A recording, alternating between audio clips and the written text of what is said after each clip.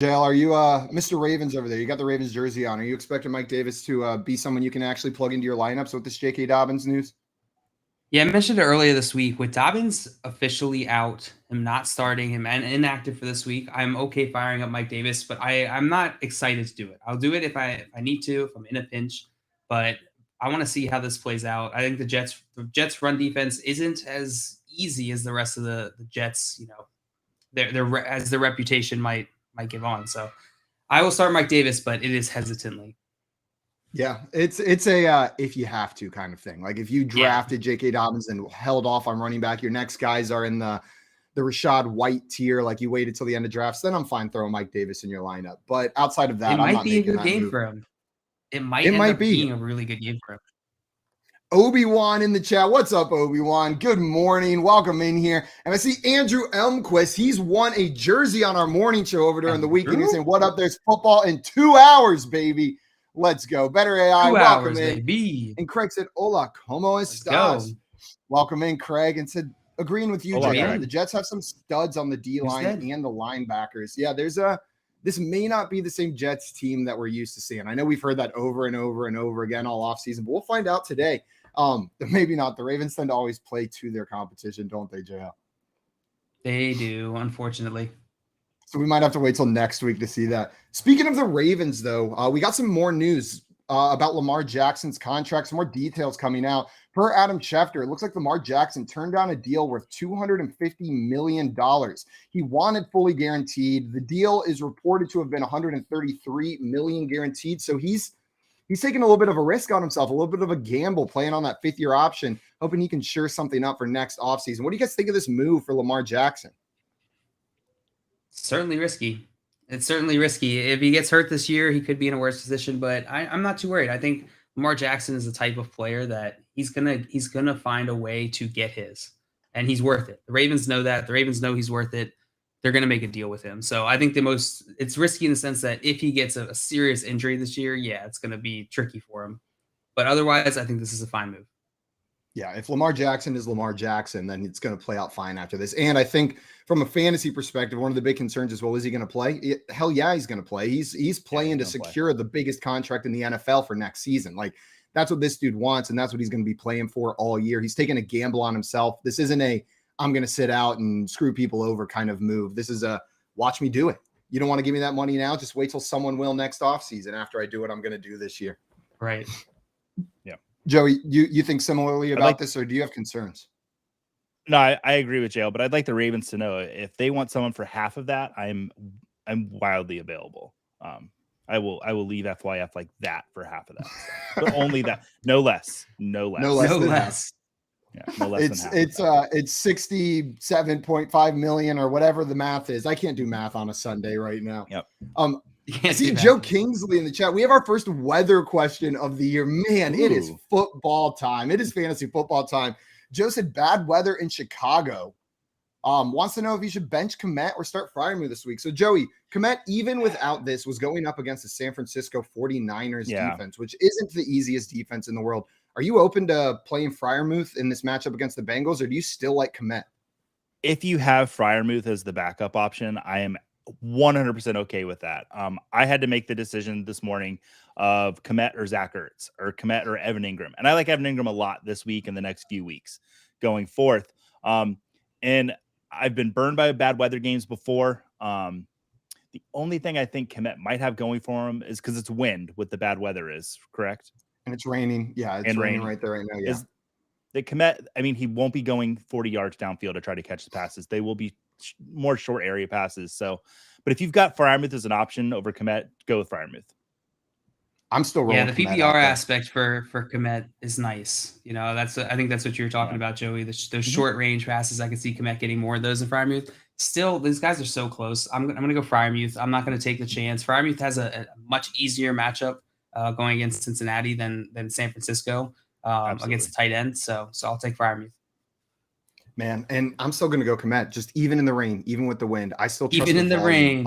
Even in the rain. Even in the rain. Even in a hurricane. Cole Kmet, nothing can keep me away from you, Kmet, baby. Yes. No, I just think the volume is so much safer. In week one, I'm going to take that safety and the volume and maybe see how these offenses play out. I'm not sure what the Steelers offense is going to look like. Who's going to be the primary ball catcher? Who's going to be that secondary receiver? We assume it's Deontay Johnson, but I don't see a world where Freiermuth is second or third, potentially fourth on the fourth in targets for this team. So I don't know. I get the concerns about the weather, but I'll take that weather risk instead of the Milky Trubisky fourth receiver on the Steelers offense risk in my mind. And I see Better Boss in the chat. What's up, Matt? He said Fields, Montgomery, Komet versus the sleeping Niners. He wants that full Bears stack. Joey, let's go. In a DFS lineup, would you be willing to throw that full Bear stack in there? Or does this matchup scare you off of that? I mean, I think there are better ways to use your money. So if you want to do that, though, the thing about a Fields, Montgomery, Komet stack is they're all pretty low in salary compared to other players, comparable. So if you start those three, you can definitely load up around it. So if you want to go that strategy, you can. I'd be a little nervous, though. And Jane, you said, is Joey chopping down some trees before the games? Yeah, Joey, you got another job? You got to go chop down some trees before Actually, after this, I'm going to Costco and handing out rolls of paper towels. Oh, of course. Actually, after the show, I'm going on Home Improvement to be the assistant to the host. Keep going. Al Borland joke. Actually, so many. Yeah, how many more flannel shirt jobs can you scrounge up, Joey? I'll save it for the next hour. Okay, perfect. Yeah, guys, stick around where Joey tells us more things you can do in a flannel shirt on a Sunday morning. With Front Yard Fantasy. I'll tie it around my waist and sing some Pearl Jam songs. Okay, I'm done. I'm done, guys. That's it. That's all my material. Thank you. There's something very important that we had video released of yesterday, I believe, maybe the day before, but it has to be touched on. Russell Wilson in a new team sounds like he's really trying to get the rhythm of what it feels like playing for a new team. And we saw video of him going through his warm-ups, and he's practicing his high fives prior to running onto the field. Now, Joey, this is a huge development. Does this move Russell Wilson up your rankings? What do you think about Russell Wilson practicing his high fives running down the tunnel? I'm going to be honest. If he's having to practice his high fives, that means he's probably locked in everywhere else. So I'm good with Russell Wilson this week. Listen, you don't want, probably the worst thing that could have happened is you mess up a high five. You go in for the fist bump when they go in for the high five, or vice versa. You don't want that to happen. So I'm totally fine with Russell Wilson practicing high fives. I think that is a smart move, and I'm moving him up in my rankings because of it. I hope that Wilson knows about the elbow strategy. You guys know about the elbow strategy with high fives? Yeah, I do. You look at the elbow, right? You look at the elbow, and then you don't miss. Yeah. See, JL and I just high-fived in the air because he's across from me right now. Yeah. No, I love that Russell Wilson's doing that. And JL, to your point, that's exactly what I was going to say. I have a horrible memory of being at a concert of one of my favorite artists, and he comes down to the crowd, and I go to give him a high five, and I whiffed. I messed up. We brushed pinkies, and I think about it to this day. It was the greatest concert, and it ruined the whole night for me. So does he. Russell Wilson thinks of everything. That dude is planning. He's ready to go.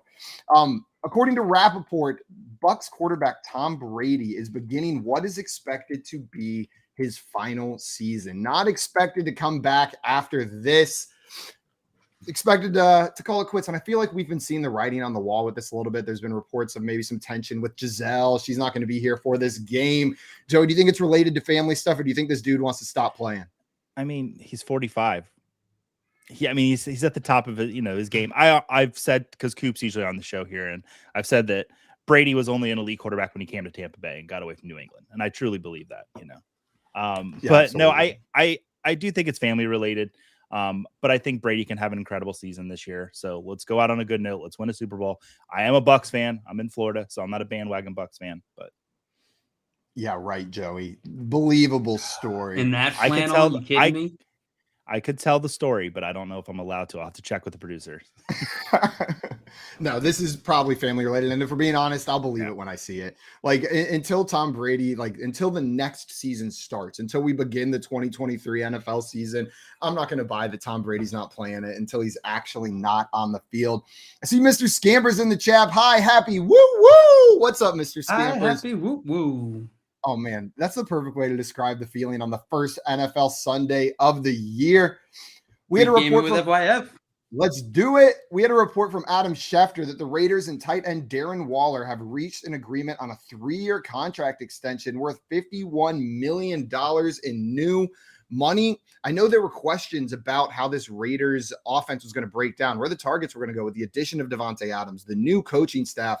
And I think Waller was maybe left, not for dead, but a little bit lower in drafts than we have seen in years past. There's some separation between him and those top 3 guys, between the Pitts, the Andrews, and the Kelsey. Joey, for Darren Waller, especially going into this week, they have a matchup that's projected to be higher scoring this week, going up against the Los Angeles Chargers. Do you think Darren Waller is in that top tier of tight ends in this matchup this week? Absolutely. I have him as a top 3. He's my tight end 3. Sorry, I don't know why it lagged on me there. But yeah, he's my tight end 3. I love him this week. That matchup is going to be really good for him. I'm guessing the only 2 guys ahead of him, you've got Kelsey and Andrews ahead of him. Kelsey and Andrews. I didn't get cute. Yeah, those are the 2. Not putting Pitts ahead of him. But I do like him. I do like him over Pitts Pitts. ahead of him. Okay. I am putting Pitts ahead of him, but I have Waller at number 4 in my rankings this week. So yeah, and Joey, I'm with you at 3, but 4, 3, Pitts. I don't care if you want to throw Pitts ahead of him, but I'm expecting him to have a decent role in this offense. Now, with him healthy and Hunter Renfrow healthy, I think that's where the concern lies, is that they're going to eat into each other's volume, but both of them should be productive, and this should be a high-scoring game that you can get plenty of fantasy value out of. Man, that might be the game I'm most excited for today, is the Chargers-Raiders game. What game are you guys looking forward to? That Arizona game. I really want to see Arizona and what they could do. That would be my answer, but I am looking forward to Cowboys Bucks. I mean, that's as a Bucks fan, that checks out. But still, like I love watching Cowboys games because it's either a dumpster fire or it's high scoring. So you get one of the 2. I see Albert in the chat. What's up, Albert? Good morning to you. And to everybody watching, we are here talking week 1, but we want you guys to come on and tell us what you're doing to prep for week 1. Come up with your fantasy questions. Come up, show us your jersey, show us your man cave, show us your she shed where you're going to be watching the games today. If you are at the stadium, we want to talk to you. So all you got to do is make sure you have the Better Sports Network app downloaded.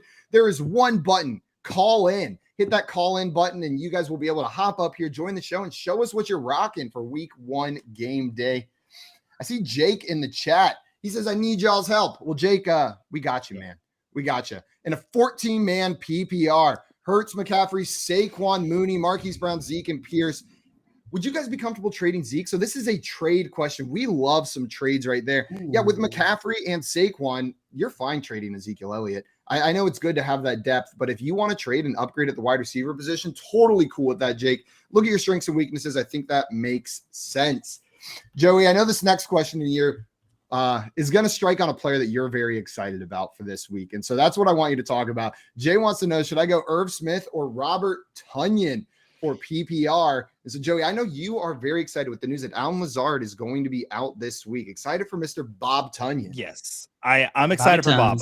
I'm not excited for Allen Lazard. I was very high on Allen Lazard, but, Rodgers does lean on people he knows. And the only person I think he knows in the Packers offense right now is Robert Tonyan. There was 2 years ago, he had the Monday night game where he had 4 touchdowns. I don't think we're going to see anything like that. But this Minnesota Green Bay game has the potential of not being the Cardinals Chiefs this week, but to be a shootout on its own. So I do like Robert Tonyan a lot this week. Yeah, I'm with you, Joey. I think Robert Tonyan is about as good of a spot start at tight end as you can get this week with Allen Lazard out. Yeah, there's risk, but there's risk with any tight end not named Travis Kelce, Mark Andrews, Kyle Pitts, Darren Waller, right? Like you're taking a little bit of a shot in that range. But Bobby Trees, it's wide open for him in that Green Bay offense this week. So I'm with you, Joey. JL, you like some Bob Trees? Bobby Trees. Bob Tonyan? No, that's Robert Woods. This is Bobby Trees. Robert Woods. All right. I just started confused there for a second. I'm going Irv Smith in this one, actually. Irv Smith going against Green Bay. Green Bay ranked 22 against tight end last year. I think Irv is going to be a big part of this offense. He was injured last year, and I think this year, even with Adam Thielen coming back, I think Irv Smith's going to find a way to get himself involved this week. So I'm going him over Robert Tonyan. Him over Robert Tonyan. And Dame, asking about a player that we are waiting to find out about. Maybe we'll see whenever the inactive reports hits if he's going to be in. But Zach Ertz, last report is that he's likely to play in this Sunday matchup, but it's been on and off. The reports have gone back and forth all week. And Dame wants to know what's your confidence level in Ertz. Currently have Muth in, but also considering Ingram due to Coop's love. With Ertz, that's a wait and see scenario. With Freiermuth, I'd be fully comfortable throwing him in. And Ingram, that's a guy where if you can leave him on your bench week 1, like I think you do, and see what that offense looks like in Jacksonville. They've got a decent matchup for the quarterback, for the tight end, going up against the Commanders with Chase Young out especially. So I'd leave Ingram on the bench, though. Start Freiermuth and wait and see. Joey, what about you? I see you nodding a little bit there. Yeah, I kind of agree with everything you said. I do like Ertz if he does play, because he did practice on Friday. You mentioned Ingram. I kind of put out there last night with everything going on with George Kittle. If you've got George Kittle right now, Evan Ingram's someone that I really like going to pick up, because not necessarily this week, but the 3 weeks after this, his schedule is incredible. He faces 2 of the teams that were worse against the tight end last year. So if any of that transfers over, Evan Ingram could have some real work in that Jacksonville offense. Yeah, absolutely. I know Coop's excited to hear that down there. Mr. Gamer said, be nice to Bob. Yeah, JL, be nice to Bob. No. Joey and I were being nothing but nice, and you're in here just trashing him. I see Being Coop mean. in the chat. Coop was on before us here on the Fantasy Alarm Show on Better Sports Network, and he's saying Tunyon was straight garbage last year. 5-6 of Tunyon's first games last year, had 10 or fewer points with a heart. Just crapping on the Bob Tunyon, but it's a different situation. This isn't the same offense that we saw last year. And Coop said, I'm just saying on the Better app all day. Well, that's a pretty good idea, because right after this today, we're going to be on here until 1 p.m. But when games kick off from 1 p.m. to 5 p.m., make sure you guys are sticking around for the Better Zone. There's going to be in-game talk throughout the entire first slate of games today. So make sure you guys are sticking around here to hang out with that. Joey, this next piece of news, I know, sorry, JL. I'll deliver the next one to you, okay? I'm delivering this one to Joey. Oh. Okay. No, we can hit this one, Joe. Are you going to hit the question from Jay in the chat? I see Jay in there saying, would you start Ertz over Tunyon if he plays? So, Joey, you're probably the highest on Tunyon here for this week. If you know Ertz is going to play, are you starting him over Robert Tunyon? Yeah, if I know Ertz is playing, I'm starting him over Tunyon. That over-under for the Kansas City-Arizona game it's astronomical. I think it's at 90 points now. No, it's not. 90 points. It was at 53.5 last time I checked, which was the highest over-under for this week. So I'm with you, Joey. 90? If I can get pieces in that game, I want all the pieces in that game that I can get. We heard reports today that Brian Robinson could potentially be back and ready for a week 5 return. And this is after all of the offseason reports that he was taking first team reps. Antonio Gibson was doing punt returns, pure backup role. Joey, if Brian Robinson comes back for week 5, are you is this a guy you're interested in getting on your fantasy teams ready to start? I mean, I was pretty on record the last week of drafts when we got the good news about drafting him and maybe one of the last 2 rounds and then sticking him in your IR spot. And if he's back after week 5, that means Washington thinks he's ready, and I'm totally fine putting him in my lineup. Maybe not the first week. I want to see what happens, but he is someone, if he's on your waiver wire, I'm adding him, because I think towards the playoffs, fantasy playoffs, he could be a real difference maker, help you win a championship. Yeah, that smoke coming out of out of preseason, I'm buying into it. I believe it. There's a reason he was running with the ones. There's a reason there were bad reports about Antonio Gibson, and if they are willing to put out this news, right? It seems like they are optimistic and they want him back on the field sooner rather than later. Man, that would just be such a great story for this year. And I would love to see Brian Robinson get out there and absolutely kill it. JL, what about you?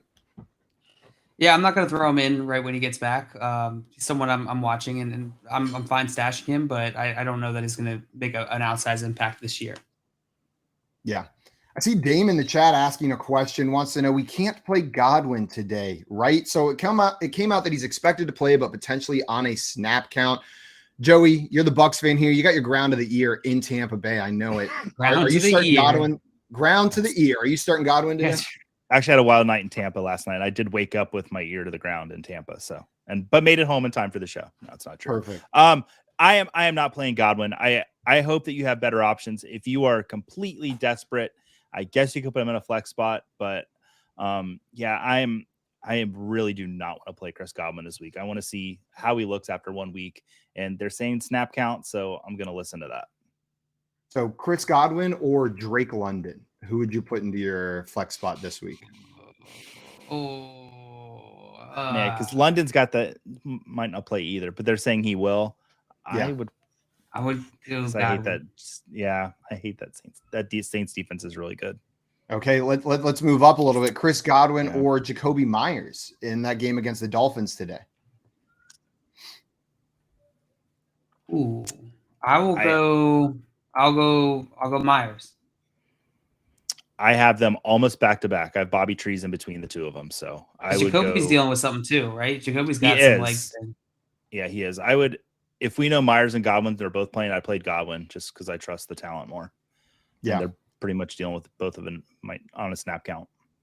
And then maybe one a little bit higher, Brandon Ayuk or Chris Godwin. Oh, Brandon Ayuk. Like I'm excited to play Brandon Ayuk this week. Me too. Kittle out. With Kittle out, Kittle expected to be out. We'll know for sure shortly if Kittle is going to be out, but I'm all in on Ayuk this week as well. Joey, I think this one's directed at you from Jay's. This big question here: Najee Harris or Dameon Pierce? Which one of those guys are you starting this week? I know you're the highest on Dameon Pierce, but you're not getting too cute, right? No, I'm playing Najee. I do like Dameon Pierce a lot, but yeah, not over Najee. Dale, I'm assuming it's the same. It's Najee Harris for me. Yep. Joey, how high do you have Dameon Pierce for your week 1 rankings though? This week, let me look. I think he's 22nd. I'm not that high on him this week. But you've got him as an RB2. You think he's not just startable, but should be started in most leagues going into this week? Mm-hmm. Yeah, I mean, they believe him in Houston, so I'm going to believe in them. Yeah, 25, so even lower than I said. I'm being realistic about it. Okay, we got another question. Go ahead. No, finish thought. I have him behind Rashad Penny and one spot ahead of Cam Akers, which he's already played.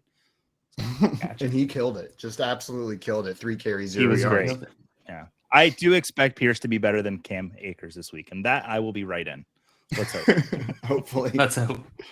Let's hope. I think we missed a question in the chat. Smokey the Cat asks, what's up, guys? Flex 1 PPR, Ayuk, Kareem Hunt, or pick up Mike Davis? Thanks. What do you guys think? I'm going Ayuk. It's Ayuk for me. It's Ayuk. It is Ayuk for me as well. Close. You got the triple Ayuk. Smokey the Cat. Yeah. Everybody, very shortly, the inactives report is going to come out. We'll be running through the inactives, the things you got to know, making sure your fantasy lineups are good to go.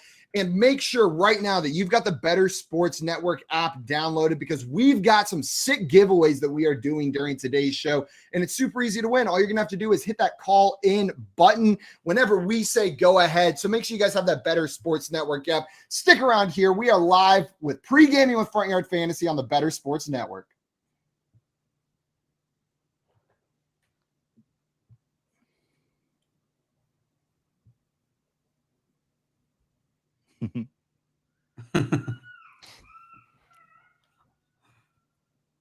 AutoZone.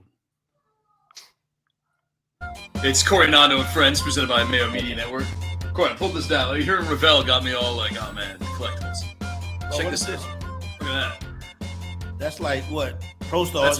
That's Michael Jordan and Wayne Gretzky. Ooh. It's an official like a still from the cartoon.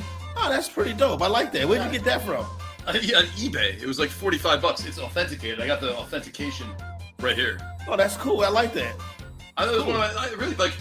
Started going to Comic-Cons and they had all these cartoon animation cells. They're called. Yeah, I never been to a Comic-Con before. I like to sleep on Saturday mornings. No, I'm not dissing the Comic-Con crew. I'm not dissing them, Nando. I'm just saying, whatever. You know what I mean? You could go on a Thursday. Like I go on a Thursday because the animation cell boxes, the boxes aren't picked over. You can get like I don't have that many. I have like 5. But they have Comic-Cons in like every city. Like they have them. It's not just at the Javits Center, right? They have them like kind of. They're not gonna have one down here where I'm at, but they have them like all over, right? Yeah, they're everywhere. Yeah, they're awesome. So anyway, that's not from Comic-Con, but like I learned about it at Comic-Con. I'm like, oh, they have Pro Stars. That's kind of That's cool. It's Michael Jordan, kind of dressed as Santa Claus. Yeah, I see that. For some reason, I never saw that episode. I don't remember that one. But yeah. I don't remember many Pro Stars. Never was a big cartoon guy.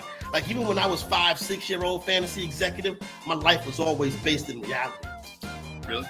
Yeah. So what were you doing on Saturday mornings? Fishing. Fishing. Yeah, I was fishing. I was fishing in the Hudson River. Well, I was going to say off the Tappan Zee Bridge. That sounds about right. Off the West Side Highway. Producers remember Pro Stars. You remember Pro Stars in the chat room? Like, it was amazing. It was Bo Jackson, Wayne Gretzky, and Michael Jordan. Which I later found out in life it wasn't the real voices. Which it doesn't take that long to voice a cartoon. You would think Michael Jordan, when he was on top of the world, was going to voice a cartoon? How long are you? Look, I mean, it takes this long as we're doing the show to step in there in front of the microphone and be like, Michael Jordan, Wayne, let's go get Michael the Jordan bag. like to gamble, smoke cigars. You know what I'm saying? I really don't see Michael Jordan pulling up to the animation studio to voice a cartoon. You assume he would have made a little more money. He got all the money in the world. I guess you're right. Yeah. He's a shoe mogul. Michael Jordan don't need no money. Maybe not at the time. It might be a good story to find out where those voice actors are now. Like, hey, these are Bo Jackson, Wayne Gretzky, and Michael Jordan. What are they doing? I know, that would be cool. That would be. Let's have them on the show. No. Oh, I got it. We'll get those 3 voice actors to come on and do this year's Christmas special. Oh, that's not a bad idea if we can find them. Make bets and follow your fantasy team where you buy, sell, and trade collectibles in real time. Only on Better Sports Network. It's Corey Nando and Friends, presented by Mayo Media Network. Corey, pull this down. Like, hearing Ravel got me all like, oh man, collectibles. Check this out. Look at that.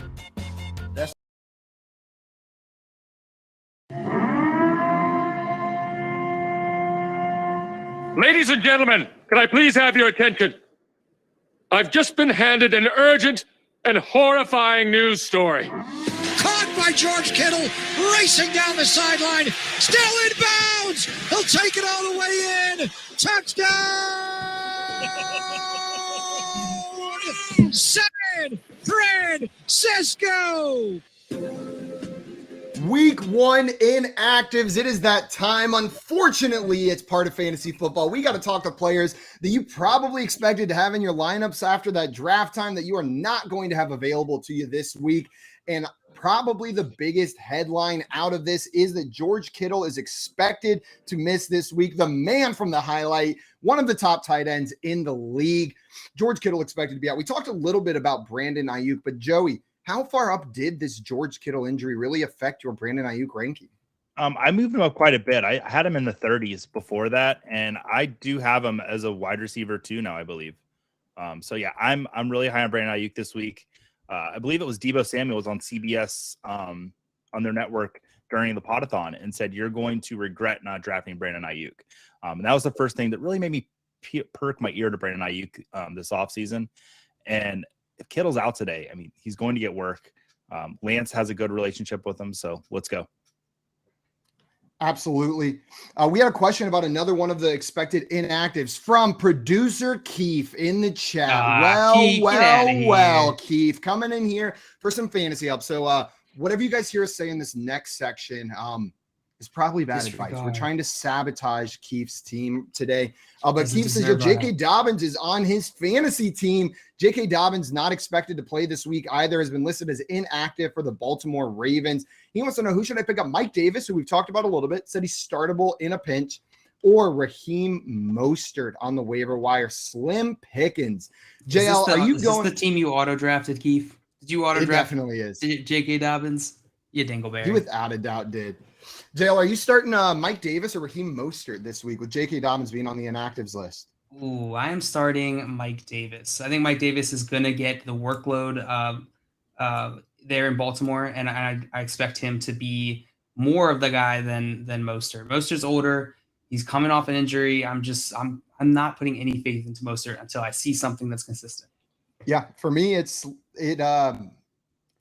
backfields are a little bit crowded. Both backfields have a lack of clarity, but in one of them, there's not really a guy standing in front. Like for Mike Davis, who's the guy that we're scared of? Like, sure, it could be Mike Davis. It could be Kenyon Drake. It could be somebody else. It could be one of the rookies on that offense. But in Miami, we're expecting it to be Chase Edmonds as that lead back. So I'd take the shot on Mike Davis here. Mostert is not the move for me week 1. Joey, are you going Mostert or Mike Davis? I'm going Mike Davis. I think there's more of a role for Davis this week than there is for Mostert. And the Jets defense gave up the most fantasy points to running backs last year. I know some things have changed there, but there's got to be a little bit of carryover there. And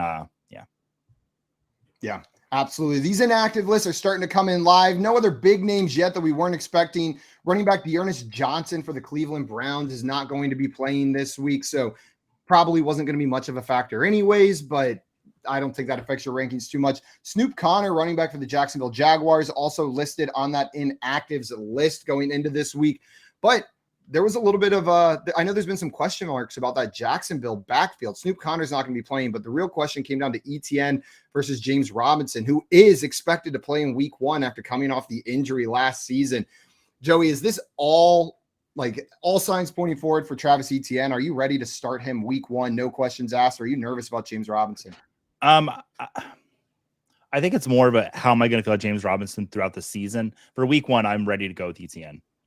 I think he's a great play this week. If you have him, if you drafted him, you spend a lot of draft capital on him. And that's the thing about week 1. Sometimes you don't want to get too cute with your starts and sits.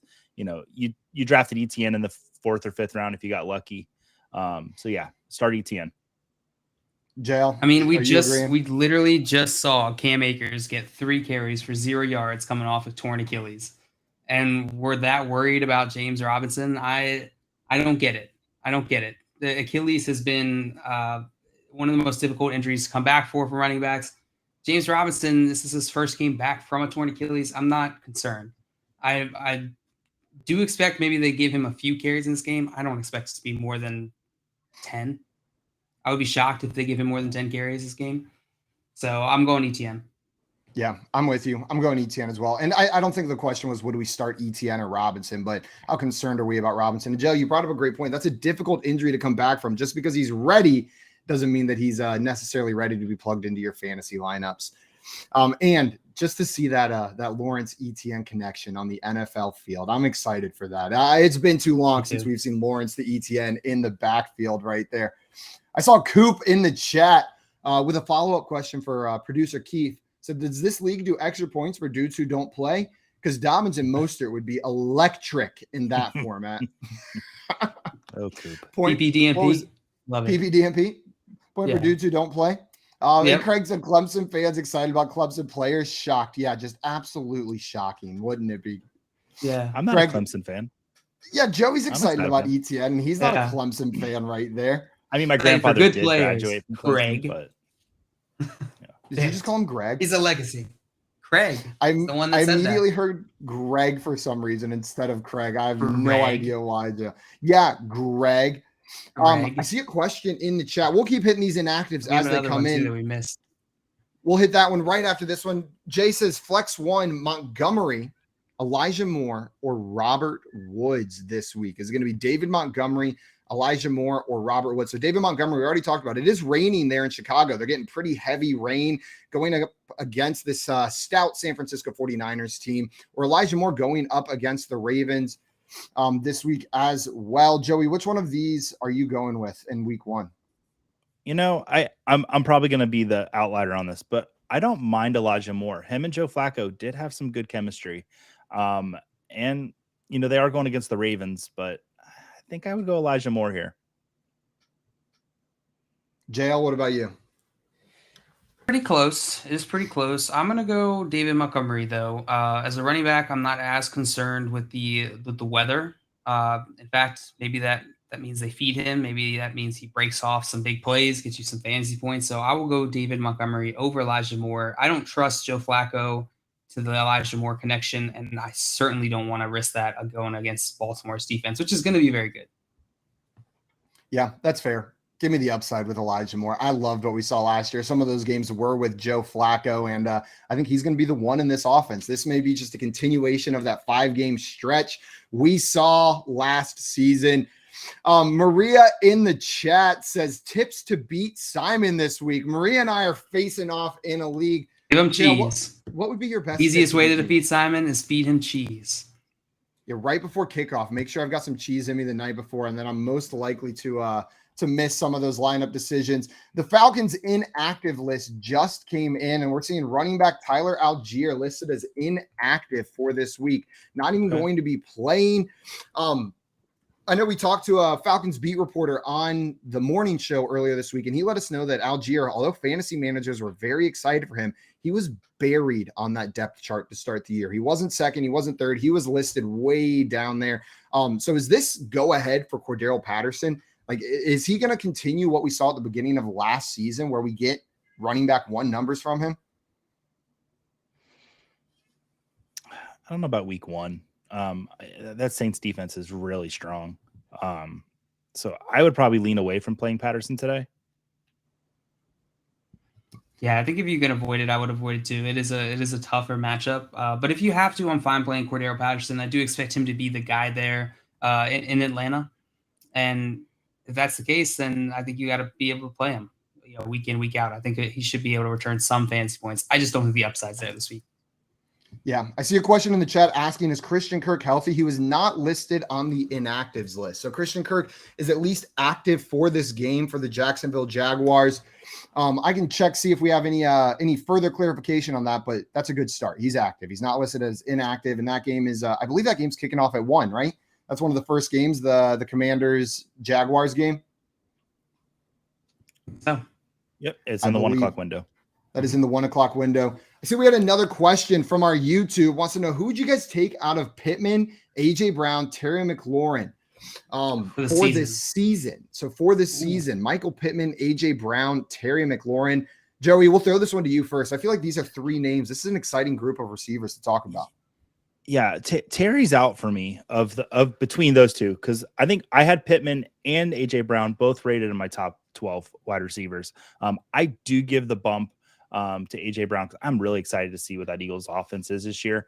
And there's already a relationship built up with Hurts. Matt Ryan and Pittman might take a little longer to build that rapport, but they're both the wide receiver 1 on their teams. I'm splitting hairs, but I'm going AJ Brown.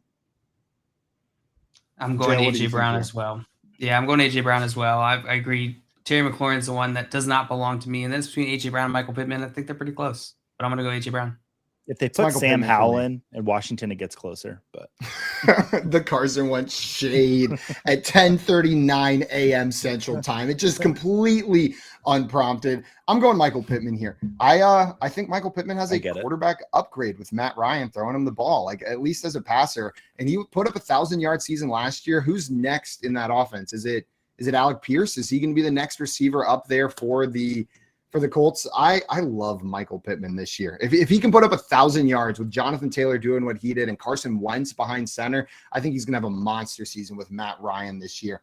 And Better Boss says, big respect to the Jags defense, Joey. Is that what's doing this right here? Or is this just on the season? Maybe not for week 1. Just on the season. Now, are you higher on McLaurin for week 1 going up against this Jags defense? Like I am. And I say it with tongue in cheek about McLaurin. Like, I don't hate Carson Wentz that much. I'm sure McLaurin can catch underhand shovel passes quite fine. But no, I think McLaurin, I had someone really, when you put your takes out there, somebody will come inevitably and say some stuff to you. And somebody brought up some really good points about McLaurin, that, Wentz might be the best quarterback he's ever played with, and look what he's done so far. So it's just between AJ Brown and Pittman. It's just, McLaurin is just a little out between those 3 for me. Yeah, I get it. I'm with you, Joey. And I love Terry McLaurin, but I feel like we're getting that narrative with like quarterbacks that it's an odd quarterback to get it from. Like we've gotten it about DJ Moore with Baker Mayfield, right? Like maybe it's the best quarterback he's ever played with. We're getting it about Terry McLaurin with Carson Wentz. Like maybe these QB names that you wouldn't expect for a player that's been in the league for a couple years and put up decent seasons, that this would be the best quarterback that they're playing with. Jay had another question for us. This is a flex decision, and we're going cross-positional here. We've already talked a little bit about Brandon Ayuk, but the other 2 players he's got questions about in PPR, Ramondre Stevenson and Devontae Smith. So Ramondre Stevenson, over the last couple weeks of the offseason, we saw a shift where Damian Harris was getting drafted earlier. Ramondre Stevenson, by the time the season ended, was getting drafted ahead of Damian Harris. Joey, are you comfortable with Ramondre Stevenson as that lead back in the Patriots backfield? Outside of week 1, I'm comfortable with it. Week 1, there's something that happens when the Patriots go to Miami. I don't know what it is. It's not a stat line. It's not, a defensive matchup. It's just But it's they're in there. Miami. It's Yeah. maybe it's in the Something. in the Patriots' heads. I don't know. So not for week 1. But listen, I liked everything I saw from the Rhino last year. So I'm fine with him this season as the Patriots running back 1. I think Harris is going to get goal line work, but that's really the extent of what I think he's going to get a lot of this year. I definitely think Damian Harris is still the number 1 there. I think Ramondre Stevenson will get mixed in there, healthfully. I think we'll see it similar to last season. I don't think Bill Belichick really gets attached to any one of these guys like we do in fantasy. And I see Better Boss in the chat. Oh, I can't say it because I'm not a fan. So you're going to have to read his comment. We got no Commanders fans up here on the stream. I won't disrespect your Commanders, Matt. I just realized we didn't even answer the question. We just talked a lot about Ramondre Stevenson. I think it was Devonta Smith, Brandon Ayuk, or Ramondre Stevenson. Simon, you're going Ayuk? Yeah, it's Ayuk for me. I'm going to go to Devonta Smith against Detroit Lions. I think that's a really solid matchup. I think Devonta Smith's going to get a lot of work, hopefully a lot of targets this game. So give me Smith. Joey, where are you going here? We talked a lot about the weather factor for Cole Kmet and kind of we're overlooking it for Brandon Ayuk a little bit. That's so 100%. Yeah, so I might be going Devonta Smith here too. If there was no weather issue, it's a slam dunk Ayuk, but you got Trey Lance, a new quarterback who is not known for his passing prowess in a game where the wind is supposedly so bad. I don't know that I'm very, very hyped to play Ayuk. And I'm now seeing a video from our producer sent over to us of the weather on field while the 49ers are warming up. And it looks... How bad is it? It looks pretty brutal. It looks pretty rough out there. So I may be changing my answer as well now that I'm taking a peek at that video. It does not look good. I think I'll go Devonta Smith as well. And the great thing about Ramondre Stevenson is you probably didn't draft him as one of your top 2 running backs. Most likely. You can put him on your bench, see how that breaks down this week, and then start him all with full confidence in week 2 if it looks like he is the lead back. Excuse me right there. We've got one question from Jake real quick. Before we hit that, though, I did want to say the 49ers have released their inactives report. It's a very short list. It's 1 player, and it's tight end George Kittle, just like we expected. He will not be playing this week. He won't be part of that rain game there in Chicago. Jake wants to know, what range of player would I have to give up, including Zeke, to get a Brown or Pittman? So just to throw this out there for everybody, trade advice is going to be, we can do our best to give a range of players, but it's going to be very league dependent and very specific league mate dependent as well. Everyone's got different player values. It's all about finding where your values line up with theirs in a complementary fashion, like a player you're high on that they're not high on. But including Zeke to get a Brown or Pittman, I think like that next tier of wide receiver would probably be someone that you had to include, maybe like an Amon-Ra St. Brown or something in that range. Joey, any names come to mind for you? Yeah, one of the Jets guys, Elijah Moore or Garrett Wilson, might get it done. That might be a little, I don't know. But yeah, the Elijah Moore is the first name that popped in my head. What about you? Yeah, I'm trying to think if I would give up Zeke and Elijah Moore for AJ Brown, or what was the other name? Pittman. I don't think I would. I think I would just stick with my value there. I think you're going for like the sexy name you're trying to consolidate, but I think Zeke realistically could return just as much value as Brown or Pittman at the end of the season. Yeah, we are getting a report right now that Velus Jones has just been changed from doubtful to out for this week. So the rookie wide receiver in Chicago likely isn't playing either.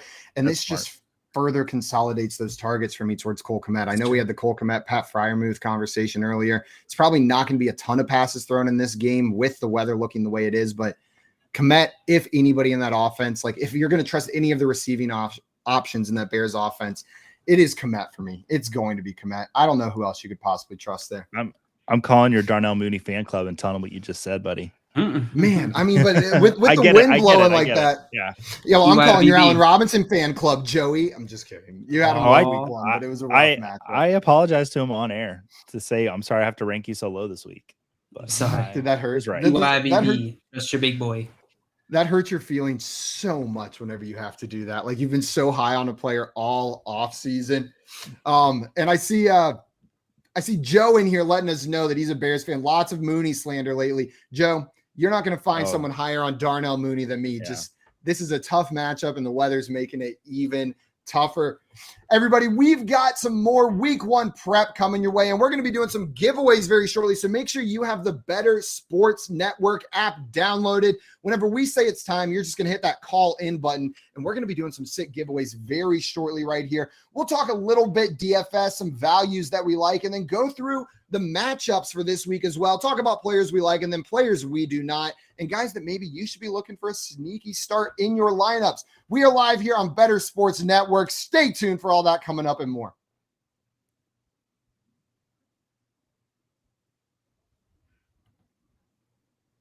Fantasy team while you buy, sell, and trade collectibles in real time.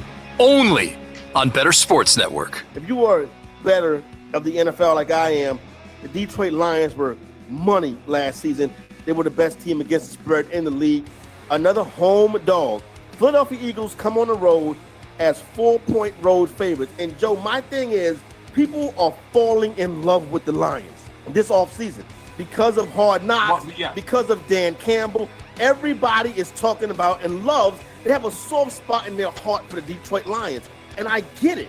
I do too. But the bottom line of the matter is this. They're still losing football games. So when I look at this game between the Eagles and the Lions, I think the public, right now, we're still seeing most of the money backing the Philadelphia Eagles. I think the public is going to come in and drive this number down, but I love this spot for the Philadelphia Eagles.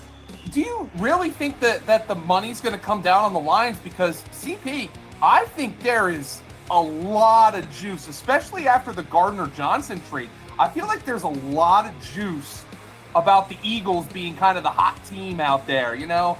I don't know. Are you sure? What makes you think that? Just curiously. I know the Hard Knocks factor is always a factor. And believe me, I love what Dan Campbell's doing there too. But I don't know, man. It kind of feels like the Eagles are kind of a hot team. I think you look at the people that have bet these games already are the smart money, the wise guys, the sharp money. They're in on the Eagles. I think as we get to next weekend, and I think the public bettor is going to look at the Lions catching 4 points at home. And then you know what the public bettor is going to think? One of these road favorites are going to lose. And I think they're going to point to the Eagles. I understand the Eagles are getting a lot of love, but I think the more advanced bettor and fan is going after the Eagle. I think the public comes in heavy on the Detroit Lions. But like I said, I think this is a beautiful spot. This is a smash spot, in my opinion, for the Philadelphia Eagles. If the public kind of views it as like there's going to be a letdown spot or something. You had the great offseason, but I'm not sure Jalen Hurts is the guy, you know, all that stuff. Yeah, I can understand that and where you're coming from there. The one thing about this line is like Eagles are 4-point favorites. After they beat them by like 40 last year, oh man. They smoked them last year. That's always the kind of line that scares the hell out of me, quite frankly, CP. This is the type of game where the Eagles will show up. This is the Eagles' wheelhouse, particularly from last season, beating up on a team that they are better than. And one thing, no matter how much you love the Lions and that offense and Dan Campbell and Hard Knocks, that defense stinks. And Philadelphia is going to run all over that defense. I think they're going to have a tough time with them. Better Sports Network is betting, fantasy, collectibles. It's sports talk done better. Make bets and follow your fantasy team while you buy, sell, and trade collectibles in real time.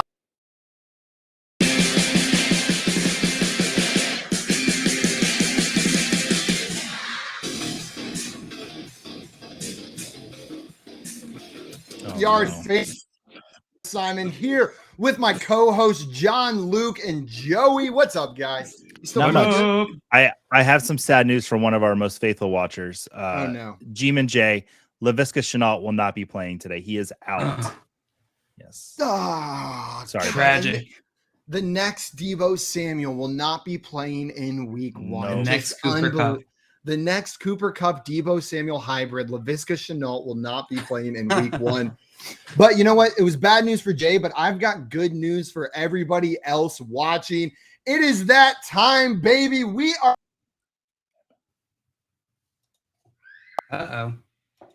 We lost. What time is it? I don't know. It's all about that. the dramatic pause, isn't it? Like you don't even know what time it is. The suspense. Let's see if I start it again. It is that time. Okay, I think we're good. For our first giveaway of the day, we are giving away a rookie card. So if you guys want to win that rookie card, all you have to do is hit that call in button right now. We will let you guys know whenever we have our first winner for today. And man, this is exciting. Giving away rookie cards on air.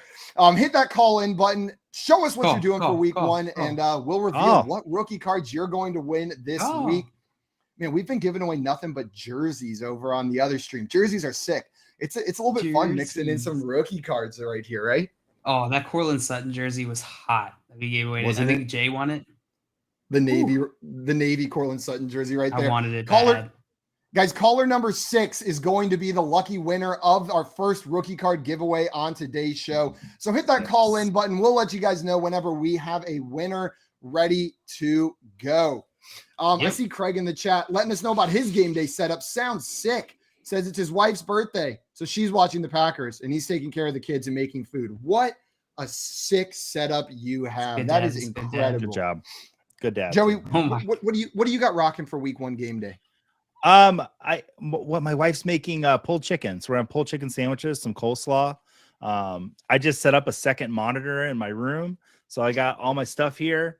Gonna get ready for the show that we have tonight at 6, and I'm gonna, or not 6, 7, and I'm just gonna watch some football. I'm so excited for week 1. I hate this lag between the first Thursday night game and the first Sunday. It feels like an eternity. It does. Just I'm ready I'm ready for 1 o'clock though.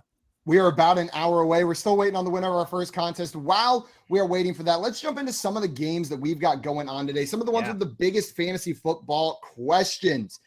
The first game I want to talk about was the Green Bay Packers at the Minnesota Vikings. So we talked a little bit about Allen Lazard is not going to play this week. And Joey, you've expressed your love for Bobby Tunyon already on this show, but who do you expect to be the leading receiver for the Green Bay Packers week 1? Let's say you have to plug a Green Bay receiver into your lineup. Is it Sammy Watkins? Is it Randall Cobb? Is it one of the rookies, Romeo Doubs or Christian Watson? Yeah, I mean, if I'm in that spot where I've got to start a Packers wide receiver, I'm probably going to go with Romeo just because I've heard a lot of good news coming out. And I've been burned by Sammy Watkins. And I know someone else on the show is going to say Sammy Watkins, and I understand why. But for me, it's Romeo Doubs. I'm really excited about him. I would play him over Christian Watson and Randall Cobb. So, yeah. JL, what about you? Watkins would be second for me, though. Are you going to throw some Watkins love out there? I am, but it's not because of any sort of bias. It is simply because I think has the best chance to get the most points this week out of all these guys. Romeo Doubs is not far behind. I'm totally okay with starting Romeo Doubs. I'm going to take the bet. I'm going to take the bet who I think can most likely make the most out of this opportunity in week 1 before Lazard comes back. Yeah, and I see a Better Boss in the chat, Matt, saying week 1, Sammy, this is his time. I've been calling all off season for week 2, Sammy, just to watch the fantasy world, like just pure chaos, right? Like we see nothing from him this week. Everyone who drafted him as that late shot for week 1 drops him, and then week 2 he just blows up. But to that point, whenever we're looking at the sportsbook lines for this game, they don't have either of the rookies up there on the FanDuel Sportsbook, but Randall Cobb is at 38.5 yards, and they've got Sammy Watkins over under set at 40.5. So they do at least have him of the two, like established receivers on this offense, or NFL vets, we could say. They've got Sammy Watkins projected for over 40 yards. JL, you said you would start Sammy. So are you taking the over on his 40.5 yard prop? 40.5? Yeah. So he has to get 41 yards. No, I'll take the under. You're taking the under. Joey, what about you? Would you take that? Would you take the under on that as well? Yeah, probably. Yeah, probably. That checks out. Now in this game, it is at home in Minnesota. The Vikings are favored by 1.5 points over the Packers as of right now. Dale, are you taking the Packers to cover that 1.5 point spread, or are you taking the Vikings in this one? Ooh, that's an interesting line, isn't it? That is a super interesting line. I'll take the Vikings. Taking the Vikings. Joey, what about you? Do you agree with JL? Yeah, I think the Vikings win this game. I think they cover easy. This one's close for me. It is at home for Minnesota. The Packers are missing multiple offensive weapons. Devontae Adams traded, but I feel like I'm just going to bet on the Packers here. Like, I feel like they're going to come out. I think this is like the Packers are the better team, and I'll take the Packers 1.5 in this game to cover. I think the Packers win outright in this one. Excuse me. As far as the running backs go in Green Bay, I feel like that has been another topic of contention. A.J. Dillon and Aaron Jones, we saw split the work on the ground most of last season, with Aaron Jones being the receiving back for this team. Joey, I've been very high on Aaron Jones this offseason, having him as my RB7, even with A.J. Dillon in that offense. Do you agree with me, or are you a little bit more on the A.J. Dillon side of this? I am 100%. I love both of them. I do believe it's going to be was the RB1A, RB1B. But I think Aaron Jones, there's no reason, or there's reasons, but it's very possible he could lead this team in receptions this season. When Rodgers targeted him a lot last year, I can see that continuing this year because there isn't really a surefire number one wide receiver on the Packers. Aaron Jones, he's lined up there before. I think he's going to get a lot of receptions this year. So, Joey, Aaron Jones reception prop on FanDuel Sportsbook is set at 4.5 for this game. Oh, smash! Would you'll smash the over on 4.5 receptions for Aaron Jones? For Aaron Jones without Lazard? Absolutely. JL, what about you? I'll take the over too. You'll take the over? Yep. Yeah, I'm with you on that one. I'm taking the over right there. They've got A.J. Dillon set at 2.5, which I think is maybe the more interesting line here with all of the other receiving options out. And we did see him catch some passes last year, but I think I'm still taking the under on that one. That one feels a little bit like some bait, like a little bit of a trap, right? Yeah. Guys, we have announced – before we do that, it sounds like we have announced the winner of our first card. We were unable to get them up on air. But Craig Ruth is going to be the winner of our first rookie card game right here on Pre-Gaming with Front Yard Fantasy. I think we've got a video revealing which player we're going to be talking or which player we're giving him right now. So let's find out. Oh, here we go. Here we go. What's going to be? Excited. This graphic. Joe Burrow rookie card for Craig. Joey Big Balls. Nice job, Craig, winning a Joe Burrow rookie card. Holy cow. Nice. Craig. Coop in the chat saying kid got a Mahomes rookie card last show. We're just giving away the best rookie cards right here. It was Mahomes first, then Joe Burrow. While we were giving away the Joe Burrow card right here, I feel like we should talk a little bit Joe Burrow and talk this Steelers-Bengals game that we got going on right now. So Joe Burrow last season, he lit the league on fire a little bit. He was QB8 in 2021, 4,600 yards, a little bit more than that, 34 touchdowns, 14 interceptions last year. Coming into this season with Jamar Chase, T. Higgins, Tyler Boyd, an upgraded offensive line, Joe Mixon. Joey, are you expecting a similar output from Joe Burrow this season? Yeah, I think he absolutely finishes as a top 10 quarterback in fantasy. The question is, can he get up into like that QB5 range? And I'm a little hesitant he can get there. I think he's going to probably finish right around where he's at, QB7, QB8. Yeah, I tend to agree with you. Now, for week 1, they are going up against the Pittsburgh Steelers. And last season, going up against the Pittsburgh Steelers, Joe Burrow did not put up impressive numbers either time. I know it's supposedly a mismatch. The Bengals are the better team, right? They're favored by, 7.5 points in this matchup, I believe, in Cincinnati. But in the 2 games last year, which were both Bengals wins, Joe Burrow threw for 190 yards, 1 touchdown, 1 interception, then 172 yards, 3 touchdowns, 1 interception, with Joe Mixon taking the bulk of the work on the ground. According to FanDuel Sportsbook, they've got the line set for Joe Burrow passing yards at 259.5, which would be significantly better than either game we saw from him last year against the Steelers. Joey, are you taking this over on Joe Burrow? It would have to be 260 passing yards. Do you think this is going to be a run-heavy game script again? Yeah, I think it's going to be run-heavy. I wouldn't. 259 is a little high for me, so I'm taking the under on that. Jail, what about you? What's the line? Joe Burrow, 259.5 passing yards. Ooh, I'll take the over. You're taking the over on that one. I think I'm with Joey here. I'm taking the under. I think this is going to be a Joe Mixon game. They're going to rely on him as much as possible in this game. There was one other really fun bet that was on the FanDuel Sportsbook this week. It was a week 1 special, if I remember correctly, and it was either Jamar Chase or T. Higgins to have 125 plus receiving yards in both games last year against the Steelers. neither Jamar Chase or T. Higgins had no receivers had at least 125 receiving yards for the Bengals. But that doesn't mean it can't happen this year. Joey, they're letting you double dip on that one. Odds set at plus 125. Do you like that bet? You're giving me both guys. I was on the show actually when this question was brought up in the morning show this week, and it was between that or Jonathan Taylor. What do you think is more realistic? And I think that it's very possible that one of these guys could break off, especially Chase, for a 70-yard run. He did it last year, so I don't mind it at plus 125 with getting those two. Yeah, I think I'm staying away from that one. It's a divisional game. You never know what's going to happen. And I do expect Joe Mixon to be the superstar of this matchup. It looks like we had some questions in the chat for week 1. It's crunch time right now. JL, did you want to hit some of those for us? Yeah, absolutely. We got Jake in here asking, with today's weather, Mooney or Treylon Burks? What do you guys think? Ooh, Joey, where are you leaning on that one? I'm trying to remove my Mooney bias first before I answer. I have to it's raining. It's raining. It's raining. It's raining. They're at home against the Giants with Burks. It's first game. Tennessee Titans wide receiver. Yeah, I might still go Mooney, even though Simon, how bad did that weather look again? It looked pretty brutal. The wind didn't look so bad. I think I would still go Mooney in this situation. Yeah. I think it's enough. It's not, the weather isn't enough for me to take that risk with Burks week 1.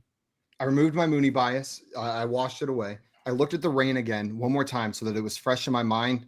I'm still going Mooney. I don't think Burks is going to be featured in this offense week 1. I think this is going to be the Robert Woods and Derrick Henry show for the Tennessee Titans today. And I'm going to roll Darnell Mooney out there because maybe they won't throw the ball a lot, but they got to throw the ball to somebody, and it's going to be Mooney and Komet for this offense. Is that a triple Mooney then? Yep. That's a triple moon. And we got another question here in the Front Yard Fantasy YouTube channel chat. The Graham asking, Hunter Renfrow or Brandon Ayuk PPR? We were just talking weather right there. I feel like this is one of the ones that's close enough. Like these guys are probably in a similar tier. I'll take Hunter Renfrow in what's expected to be one of the highest scoring games of the weekend. I think there's plenty to go around for all those Raiders to eat. Absolutely. Yeah, I think Renfrow got a lot of hate this offseason because, okay, you got the jersey. There you go. Yeah, that's where he's going. I think Renfrow got a lot of hate this offseason because Waller's coming back. And, Renfrow got a lot of work last year because Waller was out. But I still think Renfrow could have a great year this year. So I am not fading Renfrow as much as everyone else is, especially in this matchup. Falling from a top 10 wide receiver is a great place to fall from, right? Even if he gets less work, that's where we're starting from. Sorry, people are taking him in as a wide receiver 5, wide receiver 4 sometimes, and just he could still have a wide receiver 3 season. No, I'm with you, Joey. I think Hunter Renfrow is going to be great. I think Devontae Adams absolutely caps his upside, but still a ton of value. His 4 is really safe, and so I'm going Hunter Renfrow in this. Brandon Ayuk, I already mentioned my concerns with him with the rain, with the weather, and his role in this offense. It's Hunter Renfrow for me. Hunter Renfrow. You got a triple Renfrow. Guys, we got to disagree a little bit more. We've only had a couple disagreements right here. I want to fight you this morning. Let's be kind. Dale, I know you got to jump from this soon, but I see one more question that I want to get your input on. Jay wants to know, would the Steelers matchup make you guys start Deontay Johnson or Jalen Waddle over T. Higgins? So are you starting either of those 2 wide receivers over T. Higgins? Deontay Johnson going up against the Bengals, Waddle going up against the Patriots in Miami, and then T obviously against the Steelers. That's pretty close for me. Cincinnati, I think I'm going to still go T. Higgins in this matchup. You mentioned Pittsburgh. Cincinnati playing Pittsburgh at Pittsburgh, right? No, it's in Cincinnati. No, it's at Cincinnati. It's a home game. Yeah, give me T. Higgins. I think T. Higgins will be great. These guys are pretty close, though, my rankings this week. Yeah, I'm with you. It's T. Higgins. Just because I don't think he's going to hit 125 yards doesn't mean I don't think he's going to have a good game. He should be a focal point of this offense, even if it is running through Joe Mixon first. And T's a tier ahead of these guys for me. Joey, what about you? Yeah, it's between Waddle and Higgins for me, and I'm still going to go Higgins. We're going Higgins right there. Everybody, we have already given away 1 rookie card, and we've got some more giveaways coming up shortly. So make sure you're sticking around here on Better Sports Network. Get that app downloaded so that you can be the lucky winner of either another rookie card or a jersey that we're going to be giving away right here today. We're going to be talking some more matchups, some more week 1 start sits, and some DFS plays that our friend Joey likes for this week. So make sure you guys are hanging around here on Better Sports Network. We are live on Pregaming with Front Yard Fantasy. Corey Nando and Friends, presented by Mayo Media Network. Cool, I pulled this down. Like, hearing Ravel got me all like, oh man, collectibles. Oh, Check what this is out. this? Look at that. That's like what? Pro Stars. That's Michael Jordan and Wayne Gretzky. Ooh. It's an official like a still from the cartoon. Oh, that's pretty dope. I like that. Where'd you get that from? On eBay. It was like $45. It's authenticated. I got the authentication right here. Oh, that's cool. I like that. I thought it was one of I really like. Started going to Comic Cons and they had all these cartoon animation cells. They're called. Yeah, I never been to a Search Comic Con before. I like to sleep on Saturday mornings. No,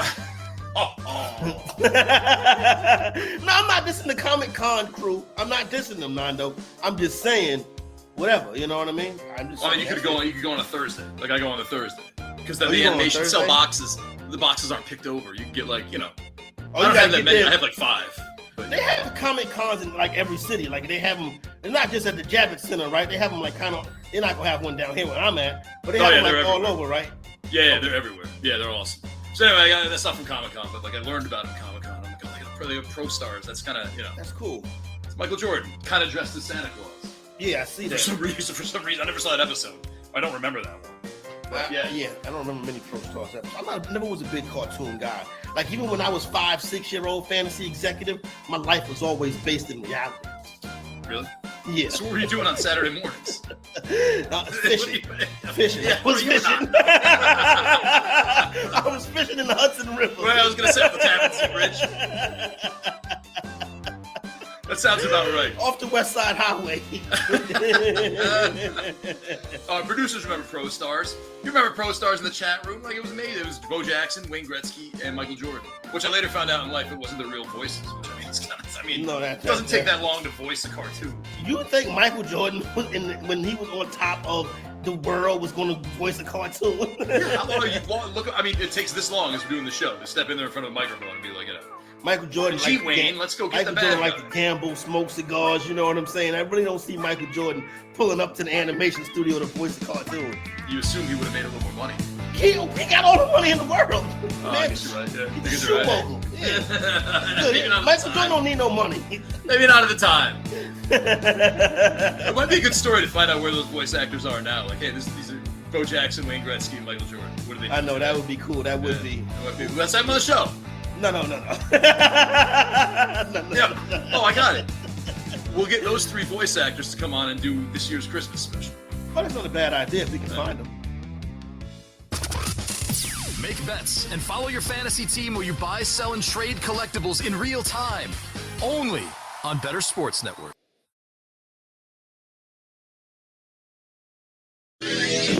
Darnold gives to McCaffrey on the counter. McCaffrey to the 10. McCaffrey to the 5. And McCaffrey insists on the end zone. Touchdown, Carolina. The return of Christian McCaffrey after the injury last season. We are back here on Pregaming with Front Yard Fantasy on Better Sports Network. John Luke had to hop off, but don't worry. Joey and I are going to break down the rest of these games for you, talk some DFS as we are finishing up the hour, getting you ready for week 1. Joey, it's 50 minutes. 50 minutes till we get that first overwhelming display of games, right? Where all of a sudden there's 5 kickoffs going off at once. You can't pay attention to one game. You're jumping back and forth. Oh my God, they scored. Like, I can't wait for that stress, that just like slight level of stress. There's not many sounds in my life I like hearing more than my child laughing, my wife saying she loves me, and Scott Hansen saying 7 hours of commercial-free football. Like those are the 3 sounds that I love in my life. So, Joey, do you go multi-TV or do you go red zone? No, I just go red zone. I'll say I go red zone, especially today because the Bucs game's on at 8:30. So I'm fortunate. But if the Bucs are playing, I'll usually try to put my laptop up and have the Bucs game with the TV on. Joey, you said exactly what I was going to say. The answer is both. You go red zone on the big TV, so you're watching everything, and then you pick the one game out of all of those games that you want to see the most, and you put that on your laptop or on another screen right there. You watch both of them at the same time. I'm tempted to roll with that Arizona, Kansas City, because that's a 4:25 game, right? Yeah, I am going to. Man, but the Chargers Raiders game is on at the same time. They got 2 of those high scoring games on at the same time. All 3 of those 4 o'clock games are good today because Green Bay, Minnesota's at 4 as well.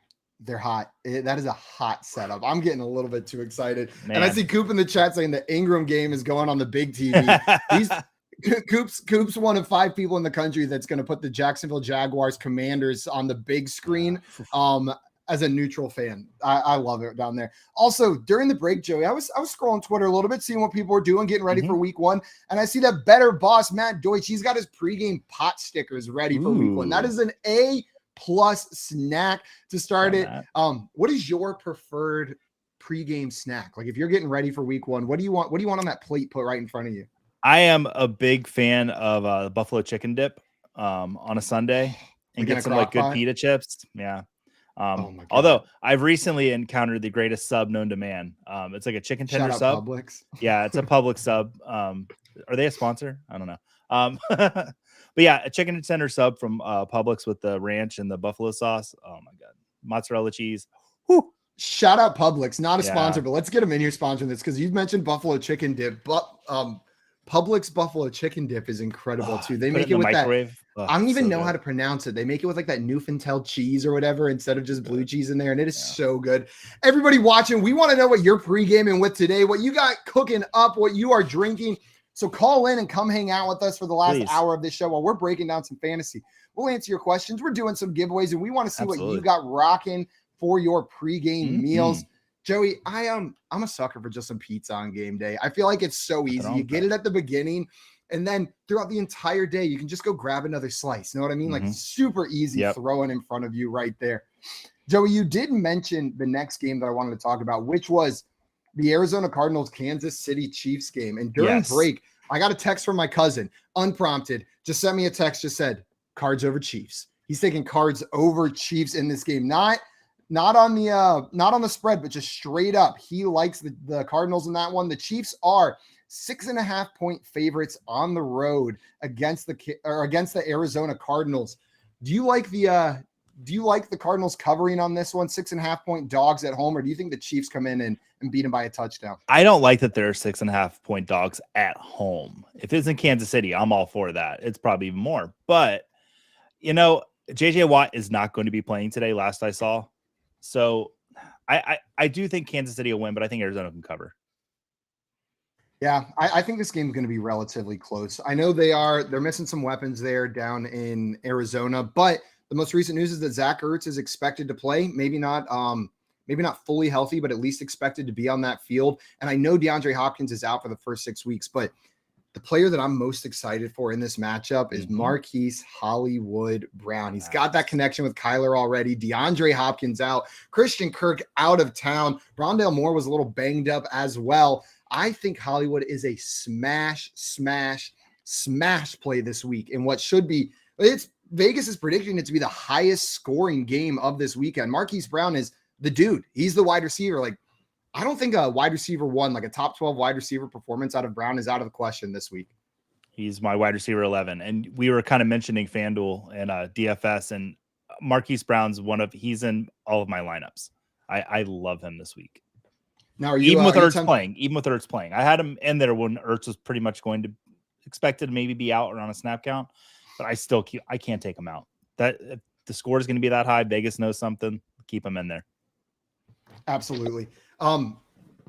Excuse me right there. Outside of Marquise Brown on this Cardinals offense, I feel like the next player we need to maybe inspire some confidence for or not is James Conner, who had 15 rushing touchdowns last season. Are you expecting him to pick up where he left off, this goal down back? He's never going to be the high yardage guy, but the guy that can punch in these touchdowns in a high-powered offense. Yeah, like he was incredible inside the 5-yard line last year. And I don't see, unless Kyler's going to run every touchdown in, it's James Conner's job to run those in this season. So I like James Conner. I don't think he's going to have, 18 touchdowns that he had last year total. Something preposterous, yeah. Maybe looking like 12 touchdowns this year. But I think he's still a top, 15 running back in the league this year for fantasy. If you're talking running backs most likely to hit that double-digit touchdown mark, James Conner has to be in the conversation right there. So his line on FanDuel Sportsbook is listed at 52.5 rushing yards. The over-under set at 52.5. Do you like the over or the under on that one? 52.5. I don't want to say give me 1 second because that's bad. I'm going to say take the over on it. I could see him definitely. That's a tricky one. I don't love this one, but if you're making me pick, I'm probably going to take the under there. He'll probably rush in a touchdown or two in this game, but I don't think the work's going to be done on the ground with James Conner. Guys, it is that time again. Everybody get hyped. If you are watching this, you just watched Craig win a Joe Burrow rookie card, but we are giving away a signed NFL jersey right now here on the Better Sports Network. All you have to do to win is make sure you call in, have the app downloaded, hit that call in button, and caller number 4 is going to be the winner of our jersey today. NFL signed jersey. We'll bring you up here if you want to, show you who you won, and talk a little bit week 1. Yes. Man, we've given away some sick jerseys. We gave away that Cortland Sutton jersey, a Devontae Adams Raiders jersey, a Dante Culpepper jersey, Ben Coates as well. I see the calls coming in. We'll have our winner for you shortly on that one. Joey, you won a jersey, didn't you? I did. I didn't know I was allowed to. I won Dante Culpepper, who went to UCF. So that's exciting because it's a hometown boy. He used to have a bar that I used to go to called Culpeppers. So I can't tell those stories on air. So it's the connection. While we're waiting for a winner to be decided, I see Coop in the chat wanting to know, what team are you guys picking in your Survivor leagues? Joey, are you in any Survivor leagues this year? I am in one. I got cute week 1 because I really do think I did. I got cute, which you shouldn't get cute, but I want these good teams at the end. And I think the Panthers are going to beat the Browns this week. And that's very risky. And I completely understand that. But I think Baker is going to be on a mission. I think so too. We'll talk a little bit more Browns Panthers after we give away this jersey, Joey. That's the next game I wanted to hit on because I feel like there's a lot to talk about in that game. But Joey, my problem every single year in these eliminator challenges is that I do get too cute week 1.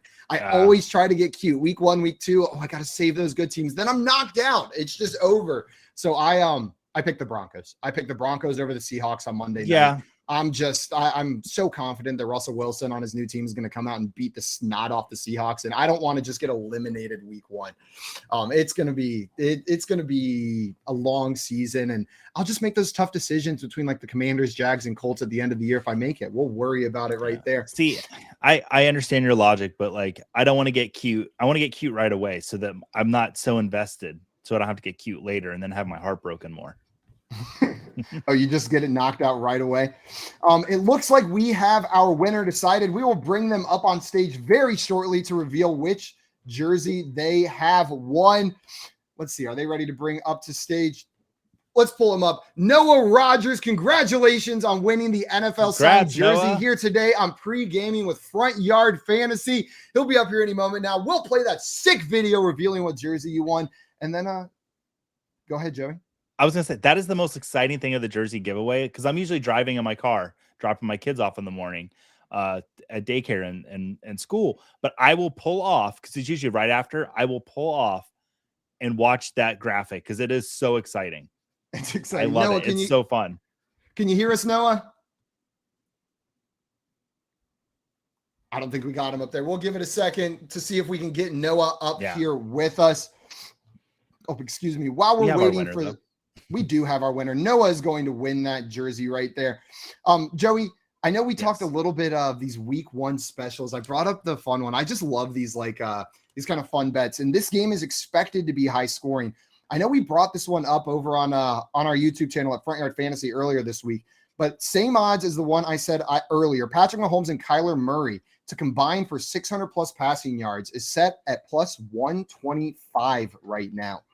What do you think about these players combined reaching 600 passing yards in this game? So is it? Yeah, I would actually take that. I would smash that. I think Mahomes could easily get 350. Kyler could get 250. That's not out of the realm of possibility, especially with Vegas seeing the point total being so high. I'm all over that. Yeah, I like this one. This is one of these ones where I'm actually taking it. I wasn't about the T. Higgins, Jamar Chase one, but I am about this one. But Joey, live update on that T. Higgins, Jamar Chase one. Maybe they were listening. They heard us, but the odds have been bumped to plus 250 for that one instead of plus 125 on Jamar Chase or T. Higgins to have 125 plus receiving yards. I'm a little bit more tempted to take that now that it's sitting at plus 250. I don't mind those odds. Yeah, I was kind of wavering a little bit on the fence there, but if you can throw down a bill and get 250 back, let's go. Hey, Noah, do we got you up here with us now? What's going on? Hey, Happy Noah. game day, week 1, baby. Congrats on winning the jersey. I appreciate you guys, man. Heck No, yeah. before we reveal the jersey, who's your team? Who are you pulling for today? Oh, Commanders. The Mandos. This is the way. This is the way you believe in Carson Wentz. You think he's the dude gonna make it work for Terry? I think he is, but I don't want to jinx it. You know what I mean? Okay, we won't I jinx understand the anything here. jinxing, yeah. I'm a big Terry fan, and I'm hoping that Carson Wentz can support something for Terry McLaurin in that offense this year. I did bet on Marshall yesterday when I was standing next to somebody. Oh, That my buddy played at Notre Dame too. He was sick. dude, what a brag. Week 2 of the college football season, getting one of the biggest upsets already. That's probably going to be one of the biggest upsets of the year, and you bet on it. That's awesome. Let's see if we can keep those W's rolling through the whole weekend, Noah, and find out which jersey you have won on this week 1 Sunday. All righty. Well, I'm looking forward to it. I genuinely appreciate it. Get in the game. All right. Auto game. Oh, here we go. Directed by Michael Bay.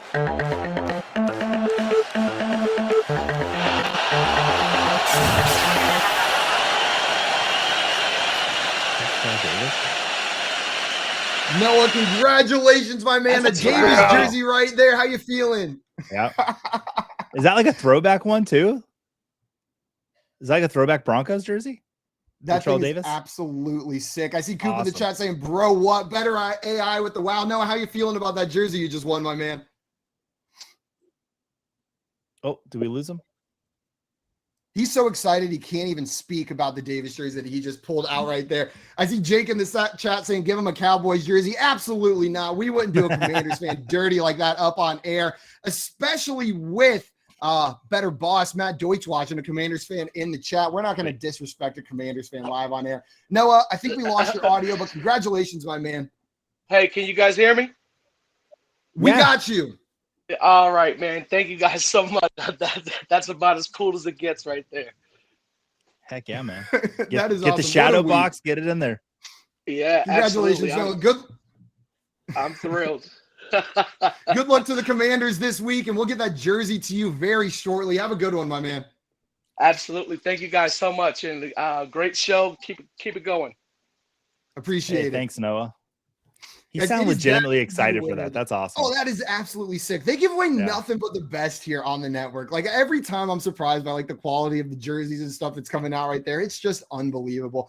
If you want to be the next winner like Noah or like Craig winning that Joe Burrow rookie card earlier, all you have to do is make sure you have the Better Sports Network app downloaded and then hit that call in button whenever it's time. Please hit that call button. It's just that one button. And guys, while you're here, smash that fun button for Noah. Oh, the fun button. We broke it day 1. Smash that fun button for Noah winning that jersey right there. Joey, you alluded to it right before this whenever you talked about your pick'em pick. But I did want to talk Cleveland Browns, Carolina Panthers in Carolina this week. The Browns are 1.5-point dogs on the road to the Panthers. Baker Mayfield making his start against his former team that did him a little dirty in the offseason. You're expecting the Panthers to pull this game out? Are you expecting them to cover that 1.5-point spread as well? Yes. Yeah. There's definitely, you look at stats and you look at defenses, who's playing who, the matchups, but there's that revenge game factor that really kind of throws some stuff out the window. And I think Baker Mayfield's coming out to play today. I really do. He's the kind of dude. I think they definitely cover. Some people, and I know the Browns defense is great, but No, I feel you, Joey. There's some players that when they get emotional, it's a detriment to their game, right? Like they play with that emotion and it gets in their head and they're not looking good out there. Baker Mayfield thrives with a chip on his shoulder. That is how he's always motivated himself back to college. Like he's been the player that's like, doubt me, do it, I dare you. And then he comes out and shows the world wrong. I'm with you, Joey. I'm expecting the Panthers to come out and win this game. I'd be putting my money on that side of this mess. And I just wanted to, there was the big news story. People were all pissed. The Browns fans were pissed. Everyone was mad that Baker Mayfield came out and said, which he denied, that he was going to F up the Browns, right? He said, I'm going to F up the Browns. What the hell else do you want the dude to say? Yeah. Of course he wants to say that. He's a competitive guy. A reporter asked him what he was going to do week 1. That's what you want your quarterback to say, right? Like I didn't get the mad around that. How are you feeling about it though, Simon? Because I mean, you're a little conflicted as a Browns fan. Like, and I know you loved Baker. So, I like how are you Baker. feeling? I thought Baker was an above average quarterback. And as a Browns fan, that is way more than the Browns have had over the last 20 years. So I thought it was a little rough how they handled that situation with Baker Mayfield. But yeah, I think he's going to come out ready to play. I'm very excited. What I'm excited for is to see DJ Moore with Baker Mayfield under center, because I said it earlier, but I do think, at least from a passing perspective, this is the best quarterback Baker Mayfield's ever played with.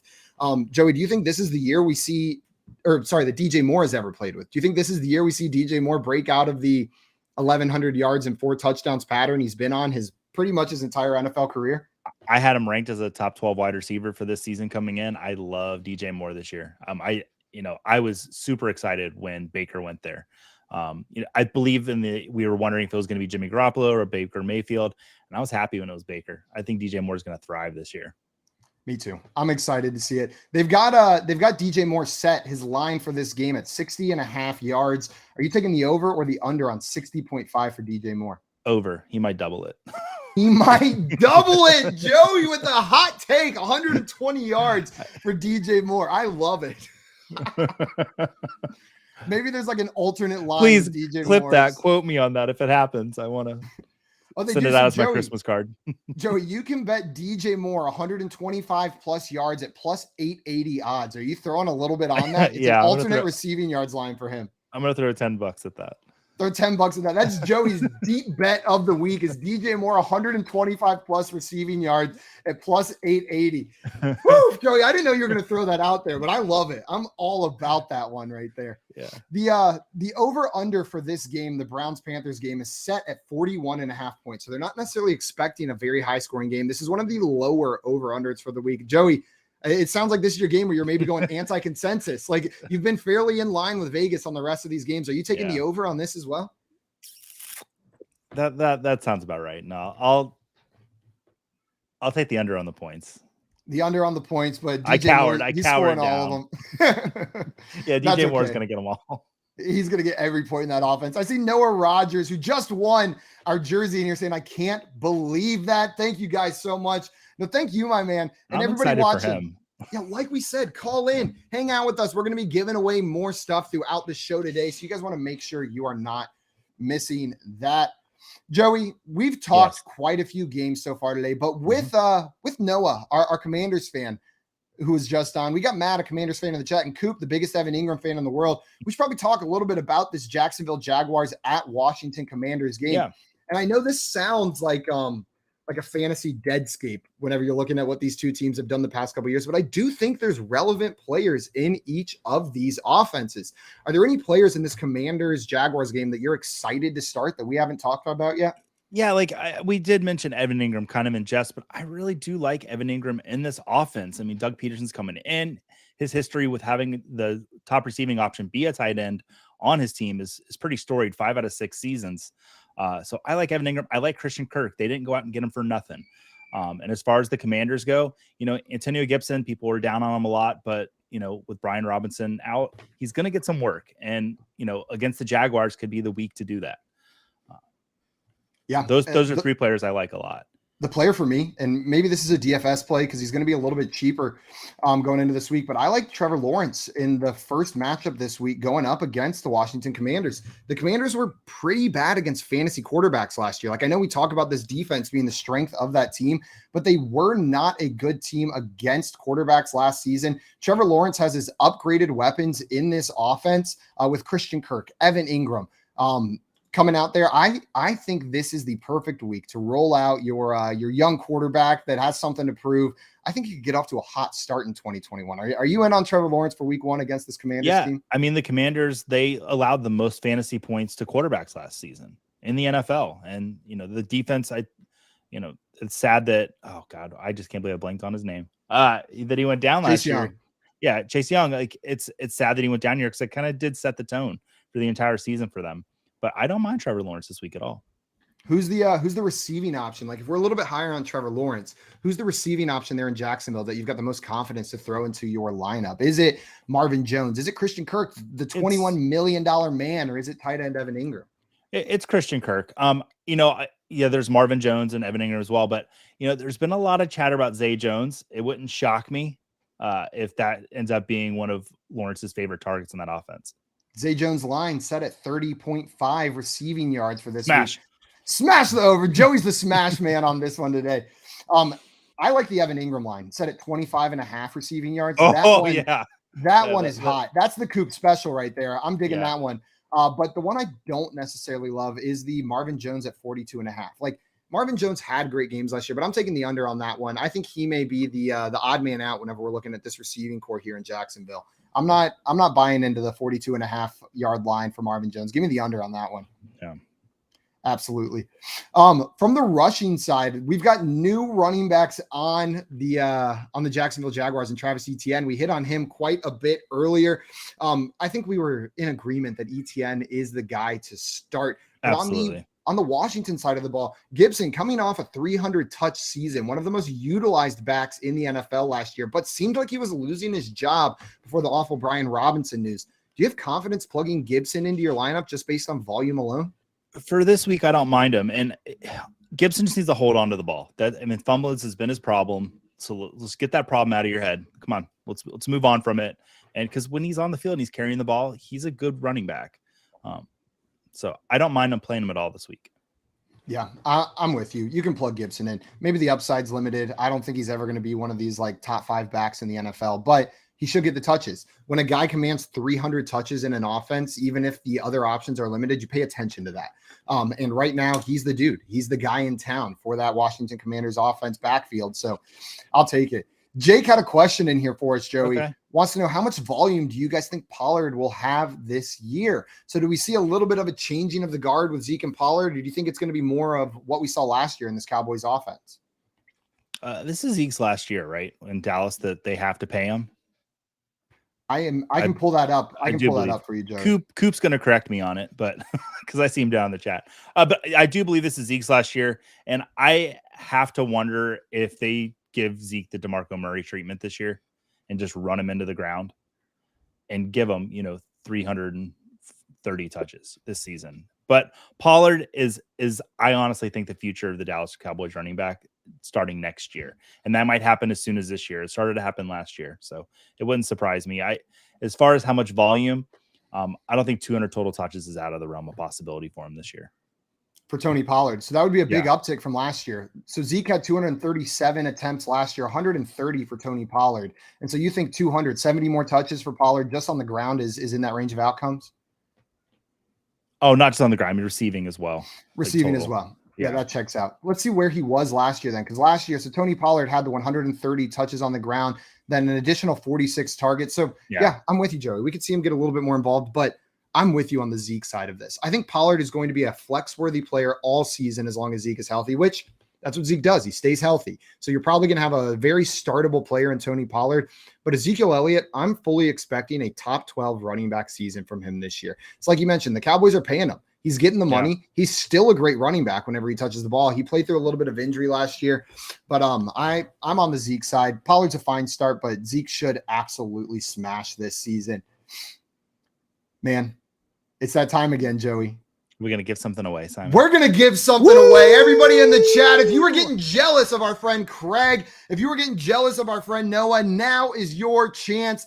We are giving away another NFL rookie card. So if you want to win another rookie card, if you want to win one like Craig, hit that call in button right now. Caller number 4 is going to be the winner of this next rookie card. Man, we had Joe Burrow with that last one. I wonder what the next one's going to be. I don't know. That was Terrell Davis on that jersey, right? Yes. Okay.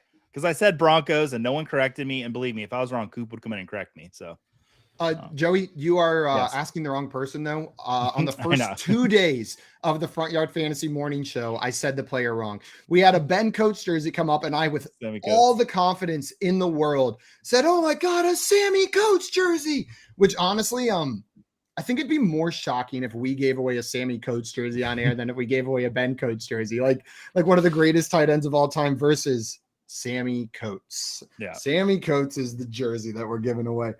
We'll find out what card we're giving away very shortly here. Joey, before we get into that, you mentioned earlier that you love Marquise Brown as one of your favorite DFS plays this week. Absolutely. We're hitting the back half hour of our show. Kickoff in oh my God, already? Minutes. I know. So I wanted to make sure we hit some of the other DFS plays that you loved this week before we got off. Yeah, I've got pretty much got 2 at each position that I really like this week. Quarterbacks, I like Jameis Winston a lot in that Atlanta matchup. And I like Jalen Hurts. He's a little expensive, but I think he's gonna have a lot of fantasy points against the Lions this week. You think he's worth spending up for, Jalen Hurts? I do. If you want to spend in that top tier of quarterbacks that are on FanDuel right now, of the ones that are the highest price, I like Hurts in that tier the most. Running backs, Alvin Kamara, I think he's got a great relationship with Jameis Winston. You're going to notice I have a lot of Saints players. I really like this. I have a Saints stack. I'll give you my lineup in a few. And I do like Travis Etienne at $6,200 on FanDuel. Like that's a really good value for what I expect him to do today. Marquise Brown, I mentioned at $6,900. I might back off on Brandon Ayuk at $5,600, but that cost is really low on him. Yeah. And then I like Elijah Moore at $6,000. Him and Flacco have that relationship. They did great last year in those 5 games. Bob Tunyon and Evan Ingram are my 2 tight end plays this week. And then I like the Bengals defense at 4,400. It's a lower price one, but I like that a lot. And is that more of a confidence in the Bengals defense or a lack of confidence in the Steelers offense? Rolling out it's a Trubisky thing. The Steelers are away from home. It's Trubisky's first game. And honestly, the Bengals defense was not bad last year. No. No, it's pretty good. And the Steelers offensive line is supposed to be pretty poor this year again. It was one of the worst units in the league last year. We saw that in Najee Harris's efficiency numbers. But yeah, we'll see. Damon here letting us know the Jets line scares me for any of their offensive weapons. So the Jets have had some injuries on their offensive line. Does that scare you for the Elijah Moores, maybe for some of the running backs there? More for Breece Hall and Michael Carter than it does for Elijah Moore. Yeah. If you drafted Breece Hall, you're probably starting him with where you you kind of have to like start. You probably him. are. What's your confidence level if Breece Hall's in one of your lineups? Like a 3 on a scale of 1 to 10. Like I started, I think it was Ramondre Stevenson over Breece Hall today. Like I made that decision because I'm just so nervous about that game. So you started Ramondre Stevenson over Breece Hall. That's how far down Breece Hall is in your rankings. Like, yeah. Let's do a little bit of a Breece Hall name game then, Joey, if you don't mind. I'm curious where he is for you. So Mike Davis or Breece Hall, same game. I'm probably gonna go. No, I've got Breece Hall ahead of Mike Davis. So you'll go Breece Hall, Melvin Gordon or Breece Hall. Breece Hall. I have Breece Hall at 28th. I'm looking at it now. Okay. Cordero Patterson, matchup against the Saints or Breece Hall.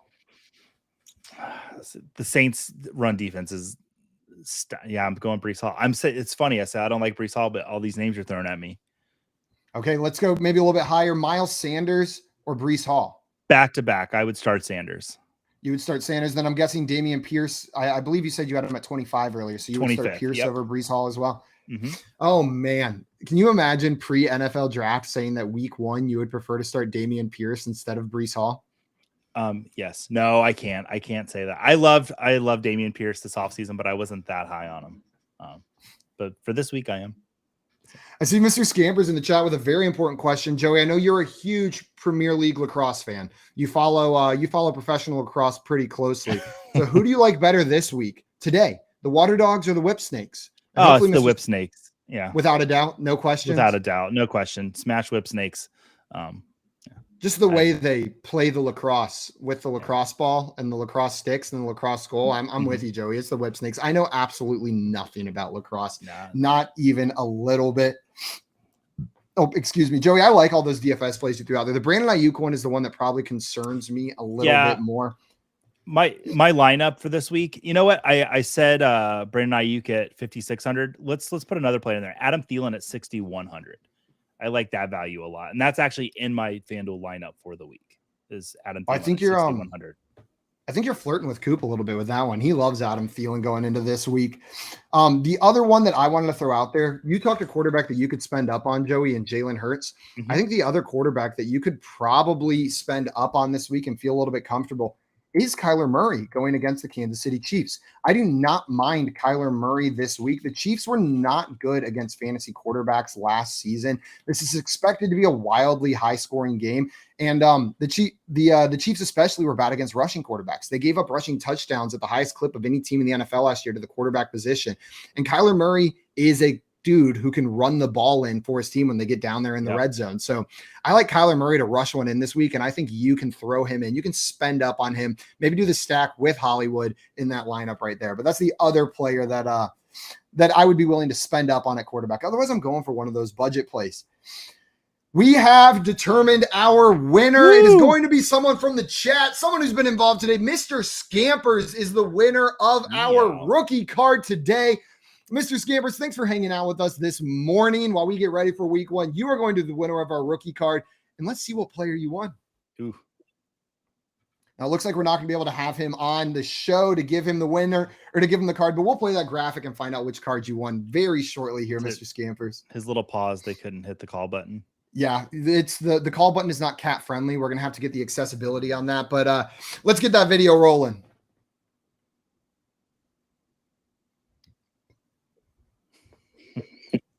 I love this. I love all the graphics they have coming up. Oh, who's it going to be? It is a Trevor Lawrence rookie card, Mr. Scampers. T-Law, go Tigers, go Jags. Congratulations on that one, my man. And Joey, we just hit a little bit on Trevor Lawrence, but I mentioned that I love him this week in that game. I don't think we picked winners of that game, though, for the Jacksonville-Washington game. The Commanders, -2.5. Who do you have winning that game, Jacksonville or Washington? Washington at home, 2.5-point favorites. I want to keep my job here on the Better Sports Network, so I'm going to go with the Commanders. No, but I do think they can win the game. As much as I like the Jacksonville offense this week, I think Commanders can win. Trevor Lawrence, 232.5 passing yards as his over-under on that. I know it's been a few overs, but I'll take the over on that, and I'll take the under on Wentz at 225.5 for that line. Are you taking the over on Trevor Lawrence as well, sitting there at 232.5, or do you think maybe the under against this Commanders D? No, I think Lawrence could hit 233 pretty easily. We're on the over right there. Mr. Scampers with the Gone Toters in the chat. Congratulations to you, Mr. Scampers, on that one. Appreciate you hanging out with us this morning. We talked the highest scoring matchup this week. I wanted to hit on the next highest scoring matchup according to Vegas, and that is the Las Vegas Raiders at the Los Angeles Chargers. Joey, Davante Adams coming to town with his old college quarterback, Derek Carr. What's the ceiling for Davante Adams this year in this Raiders offense? I don't think wide receiver 1 is honestly out of the realm of possibility. Davante Adams said that he went to Las Vegas because what did he see? He wanted to have a Hall of Fame career or something. He made a comment about it. It was something along those lines. Yeah. And, he sees a future with Derek Carr, and I guess he didn't see him with Aaron Rodgers. And I don't think he went there to not score points. So wide receiver 1, definitely top 5 wide receiver season for him. Do you have him ranked as a top 5 wide receiver going into this year? I had him at wide receiver 5. Wide receiver 5. I've got him a little bit lower, and it's just some of that uncertainty, but I'm excited about what this Raiders offense should look like. I don't think there's too many questions around whether or not Davante Adams will be good. It's just how good is he going to be in this new offense for him? Is he look like the Davante Adams that we saw in Green Bay with Aaron Rodgers? Because as good as Derek Carr is, he's not Aaron Rodgers. He is not Aaron Rodgers, but he is a quarterback. I think people forget, he was up for the MVP conversation. What year was that? 2016 or 2019? I can't remember the year that he had his big season right there. He's a guy that can push for 5,000 passing yards. This could be a very high volume pass attack this year. So I'm with you, Joey. Now, I think the running back situation is a little bit more unclear here. I've been higher on Josh Jacobs, but it's looking more and more like this is going to be a committee backfield. Do you think this is the Josh Jacobs show? Or are they going to mix in these other backs they've got? No, I think you're going to see Amir Abdullah get some passings work, and Zamir White is just waiting in the wings. I'm nervous for Josh Jacobs. I actually moved him a little bit lower in my rankings than I had him at the beginning of the season. I don't think it's going to happen in week 1. I think we'll see a good amount of Josh Jacobs this week. But as the season goes on, for whatever reason, Las Vegas does not seem in love with him. No, Josh Jacobs set at 40.5 yards for that over-under. Are you taking the over or the under on that? Next question. No, it's a low enough number that I take the over on that. I think I'm taking the under on Josh Jacobs rushing yards this week. But we'll see. I want to see how that backfield breaks down, because it definitely is. Zamir White or Amir Abdullah a guy that you are looking to stash, maybe have on your bench going into week 1? Both, but I really do like, for some reason, I like picking up Amir Abdullah. If he gets that passing downs work in Las Vegas, that's going to be worth, a good flex each week, 10 points. And hey, 10 points when you're getting into bye weeks is very helpful.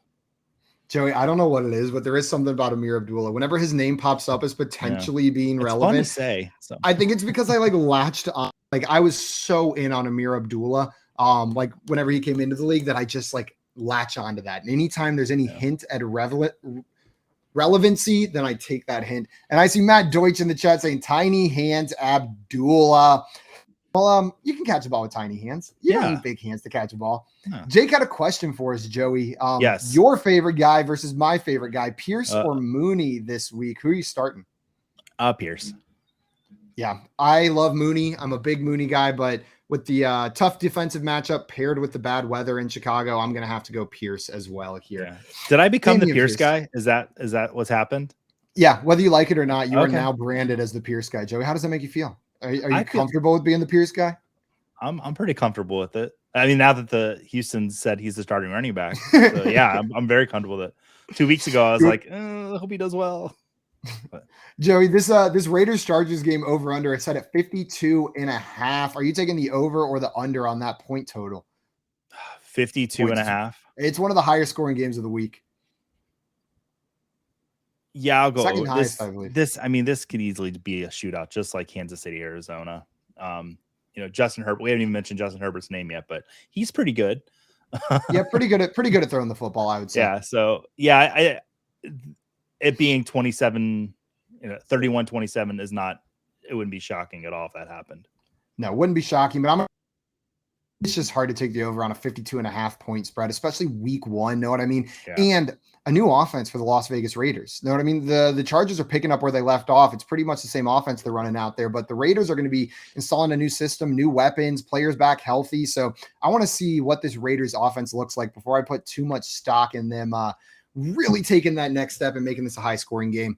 Scotch Taco in here says Hardman or Devonta Smith. Mecole Hardman or Devonta Smith. Where are you going, Joey? Devonta Smith, unless you're playing me this week, and then it would be Mecole Hardman. Is Scotch Taco one of your friends, Joey? He was one of the groomsmen at my wedding. Yes. So Mecole Hardman for Scotch Taco, Devonta Smith for every single other person. While we're talking Mecole Hardman, I feel like this is one of the biggest questions we've had that hopefully we're going to get some clarity on today. Is this Kansas City Chiefs receiving core? Who is going to be that wide receiver one, that alpha guy? Do you think Hardman has a shot, or where are you putting your marbles, Joey? Where are you going all in on? If I've got to take all my beautiful marbles and put them on one player to lead the Kansas City receiver, it's going to be Juju Smith-Schuster. We've seen him have I wasn't a wide receiver 3 season, his one season that he was fantastic. Across We've from seen Antonio it from Brown. him. We really have. So if I had to bet on one player in the Kansas City offense leading the team in receiving yards, it would be Juju of the receivers. Absolutely. It could be Kelsey, but Juju is who I would pick.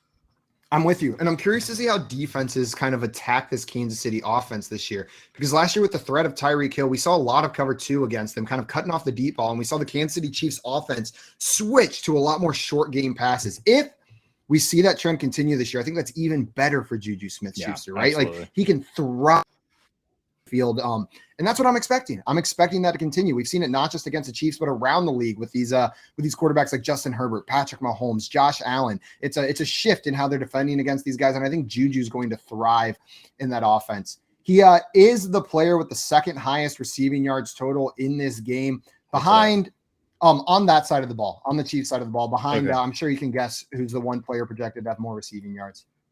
Yeah, I can. Mr. Travis Kelce. Yeah. Mr. Travis Kelce said it. I was trying to think of a funny name to say, and I couldn't think. Yeah, all the funny names got taken off that team. Travis Kelce, the line is set at 73.5 yards on that over-under. That's a pretty freaking high line for a tight end. I'm staying away. I'm not picking the over or the under on that one. Ugh. No. I'll stay away from that. Keeping your hot take on the DJ Moore 125 plus yards. If that hits, oh my God, I'm getting a DJ Moore flag outside my house. I'll get a DJ Moore signed jersey and put it up behind me if that hits. I'll come to your house and steal one. How about that? Perfect. And I see Scotch Taco in the chat saying, I'm going Hardman, just following your advice blindly on that one. No, he's doing the opposite of what I said to be mean to me. Joey, I know you're a Buccaneers game or a Yes. Buccaneers fan, and this is a big game tonight. The Buccaneers at the Dallas Cowboys. The Buccaneers are 2.5-point favorites on the road. Try to remove your Buccaneers fandom here.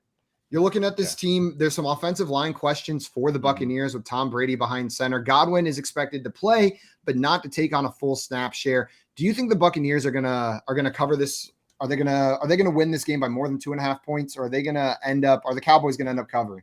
I think the Cowboys are going to win tonight, and that's me taking my fandom off. It's the opening game in Dallas. There are those offensive line issues with Tampa Bay, the question marks there. And I like Dallas's offense. It's so sneaky good, even without Michael Gallup this week. We saw Dalton Schultz turn out a tight end 3 season last year, and Dak Prescott was the QB2 not long ago. I like Dallas to win tonight, and all my Bucks, friends and family can come at me, but man, when the hell did Dak Prescott become 29 years old? Know what I mean? Like, I feel like I put him in that like group of quarterbacks, like the younger group, like the Joe Burrow, the Kyler Murray. But then I looked it up the other day. Dude's 29. He'll be 30 next year. He's getting a little bit older. But Joey, to your point, that's not old for a quarterback, and we've seen what he can do. And that offense. Do you remember last year when they came out and threw like 50 plus passes in week 1 and everyone was like, this is what the Cowboys offense is going to look like? Do you think we're going to see something similar from them week 1 of this year? Are we going to get that 50 plus passes? Maybe not 50 plus, but then again, it's the Dallas Cowboys. So it very well could be Dallas is up by 14 and here comes Tom Brady in the 4th quarter. That's what I'd like to see. I do think Dallas is going to win at home tonight. Yeah. I think they're expecting quite a few touchdowns in this game as well. Line set at 50.5, but there are 4 players in minus odds to be an anytime touchdown scorer in this game. Ezekiel Elliott, CeeDee Lamb, Leonard Fournette, and Mike Evans, all at minus 110 or better. Which one of those guys do you like best to be an anytime touchdown scorer in this game? Probably Evans. Brady loves him in the red zone. If they get in the red zone, he's going to get targeted. So I would assume Evans would be my best bet on that. What are the odds on Gage? I'm curious because if Godwin's going to be on a snap count or whatnot. Russell Gage to be an anytime touchdown scorer is at plus 360. You like that one, or is that not enough juice for you to throw some money on that side? Yeah, I kind of like that because I think I would throw $10 at that. $10. I'm not confidently though. I would like that number to be a lot. Also, I love what's going on right now. We got Joey on air, the Bucks fan, saying the Cowboys are going to win. We've got Craig, the Cowboys fan, in the chat saying, Tampa is winning, Joey. And then Tampa has a better O-line than Dallas, and Dallas has a worse defense. Does Dallas have a worse defense than Tampa Bay? Like, that'll be a good question for the end of the season because Micah Parsons, like Dallas's defense started to look really good last year. Yeah, I don't know. We'll see. They were the interception machines last year, right, with Trayvon Diggs, but they were a flashy defense, but not necessarily a consistent and successful defense. Great for fantasy though. And Craig just completely flustered with you, Joey, saying, "Oh my gosh, Joey." Come on, Craig, come up on the show. Let's talk crap about our own teams. This is what we're doing here at the end. How far are we away? Oh, 5 minutes. Oh my God. 5 minutes. I cannot believe the games are starting in 5 minutes. Joey, before we jump to watch these games, I want to know any tough start sit decisions that you had to make this week, like players you were looking at, because I know you dove into those players if you had to make any tough start sits. Were there any choices you were just fretting about? For me, it was when you're in a draft and you've got the back end of the snake in the first round and you don't go tight end, you see those people going tight end and you're like, oh, why would they do that? This is the kind of week for it. Because Travis Kelce and Mark Andrews there are no decisions for you. You can just look at their names. You're happy to see them. But, I had Kittle and he's gone in a lot of my lineups. And so I had to pivot and I had to look. And I found Robert Tonyan and Evan Ingram that I like a lot. But the tight end position all over the board seemed to be the one that I was kind of running away from with Cole Kmet and Zach Ertz as well. Yeah, I'm in a similar position, Joey, in a league, and it looks like I'm going to end up having to start Albert O from the Denver Broncos in that matchup against the Seattle Seahawks on Monday night as a George Kittle replacement. And I imagine maybe some people that were relying on Kittle found out today they're going to have to pick up one of those Monday night players if they're unable to pick up somebody that plays on Sunday. A lot of leagues don't let waivers run once the day has started. What's your comfort level with Albert O? I mean, the Seahawks gave up the 8th most fantasy points to tight ends last year. So, there's definitely evidence that Alberto could have a really good game. So I don't mind Alberto if you in your situation when you have spot start him. Yeah, and I've not been high on Alberto, but with the rookie tight end Dulcich out this week as well, was placed on the IR, I believe, or on the PUP. He's not going to be playing for a couple weeks to start this year. I'm comfortable starting Alberto, but with the other receiving options in that offense, with Cortland Sutton, with Jerry Jeudy, I think you're going to need a touchdown, right? I don't think he's going to be that like high target, high yardage guy, but there's a chance you could get a touchdown out of Alberto, and it would make him a reasonable start for that week. Let's hit some of these games we haven't talked on yet, Joey. The New York Giants at Tennessee Titans. The Titans are 5.5-point favorites at homes. Do these Daniel Jones-led Giants have any shot this week? No. The only player I really want to start in this game is, of course, Derrick Henry and maybe Robert Woods. But I'd say Saquon Barkley. Yeah, I guess he's good. But that was not too excited question. about this game. Yeah. Are you buying into a comeback season this year? He's looked really good. Now, I know Tennessee was good against the run last year, and they project to be as well this year. But I think Barkley's going to have a really great season. I'm with you. I'm seeing breaking news from Mr. Scampers down here, breaking from Glazer. So hopefully Scampers isn't lying to us. Michael Thomas could be limited to 20 to 30 snaps. Joey, you just said you love Jameis Winston this week as a DFS play. Does this change how you're feeling about Jameis? He still has Olave and Landry and Kamara. I mean, he targeted Alvin Kamara at 26% of the targets last year. He's got a comfort level with him. And Alvin Kamara, when he has the ball in his hand, he's incredible. I was very high on Michael Thomas. I'm sad to find this out now, but I still think Thomas, he could get you a touchdown, but it doesn't shy my love away from Jameis at all, but definitely from Thomas this week. Now, for any of the other receiving options, are you pivoting, willing to throw a Jarvis Landry or a Chris Olave in his rookie debut into your lineup, or you're just not messing with the other receiving options there? I'm fine with starting Olave. I know I shouldn't say that about Jarvis Landry because he's shown me that I've been wrong before, but I like more of what Olave can do in this offense than I do with Landry. Yeah, I feel you there. So Michael Thomas's line was set at 48.5, but Jarvis Landry was set at 39.5 yards in this game. With Michael Thomas news, going to be limited to 20 to 30 snaps. Are you interested in hitting the Jarvis Landry or Chris Olave line? I can give you the Olave line. It's at 41.5. I would hit the Olave line and probably the Landry line. Ooh, I like that sound. Guys, everybody, thank you so much for tuning in this morning with us on Pregaming with Front Yard Fantasy. We will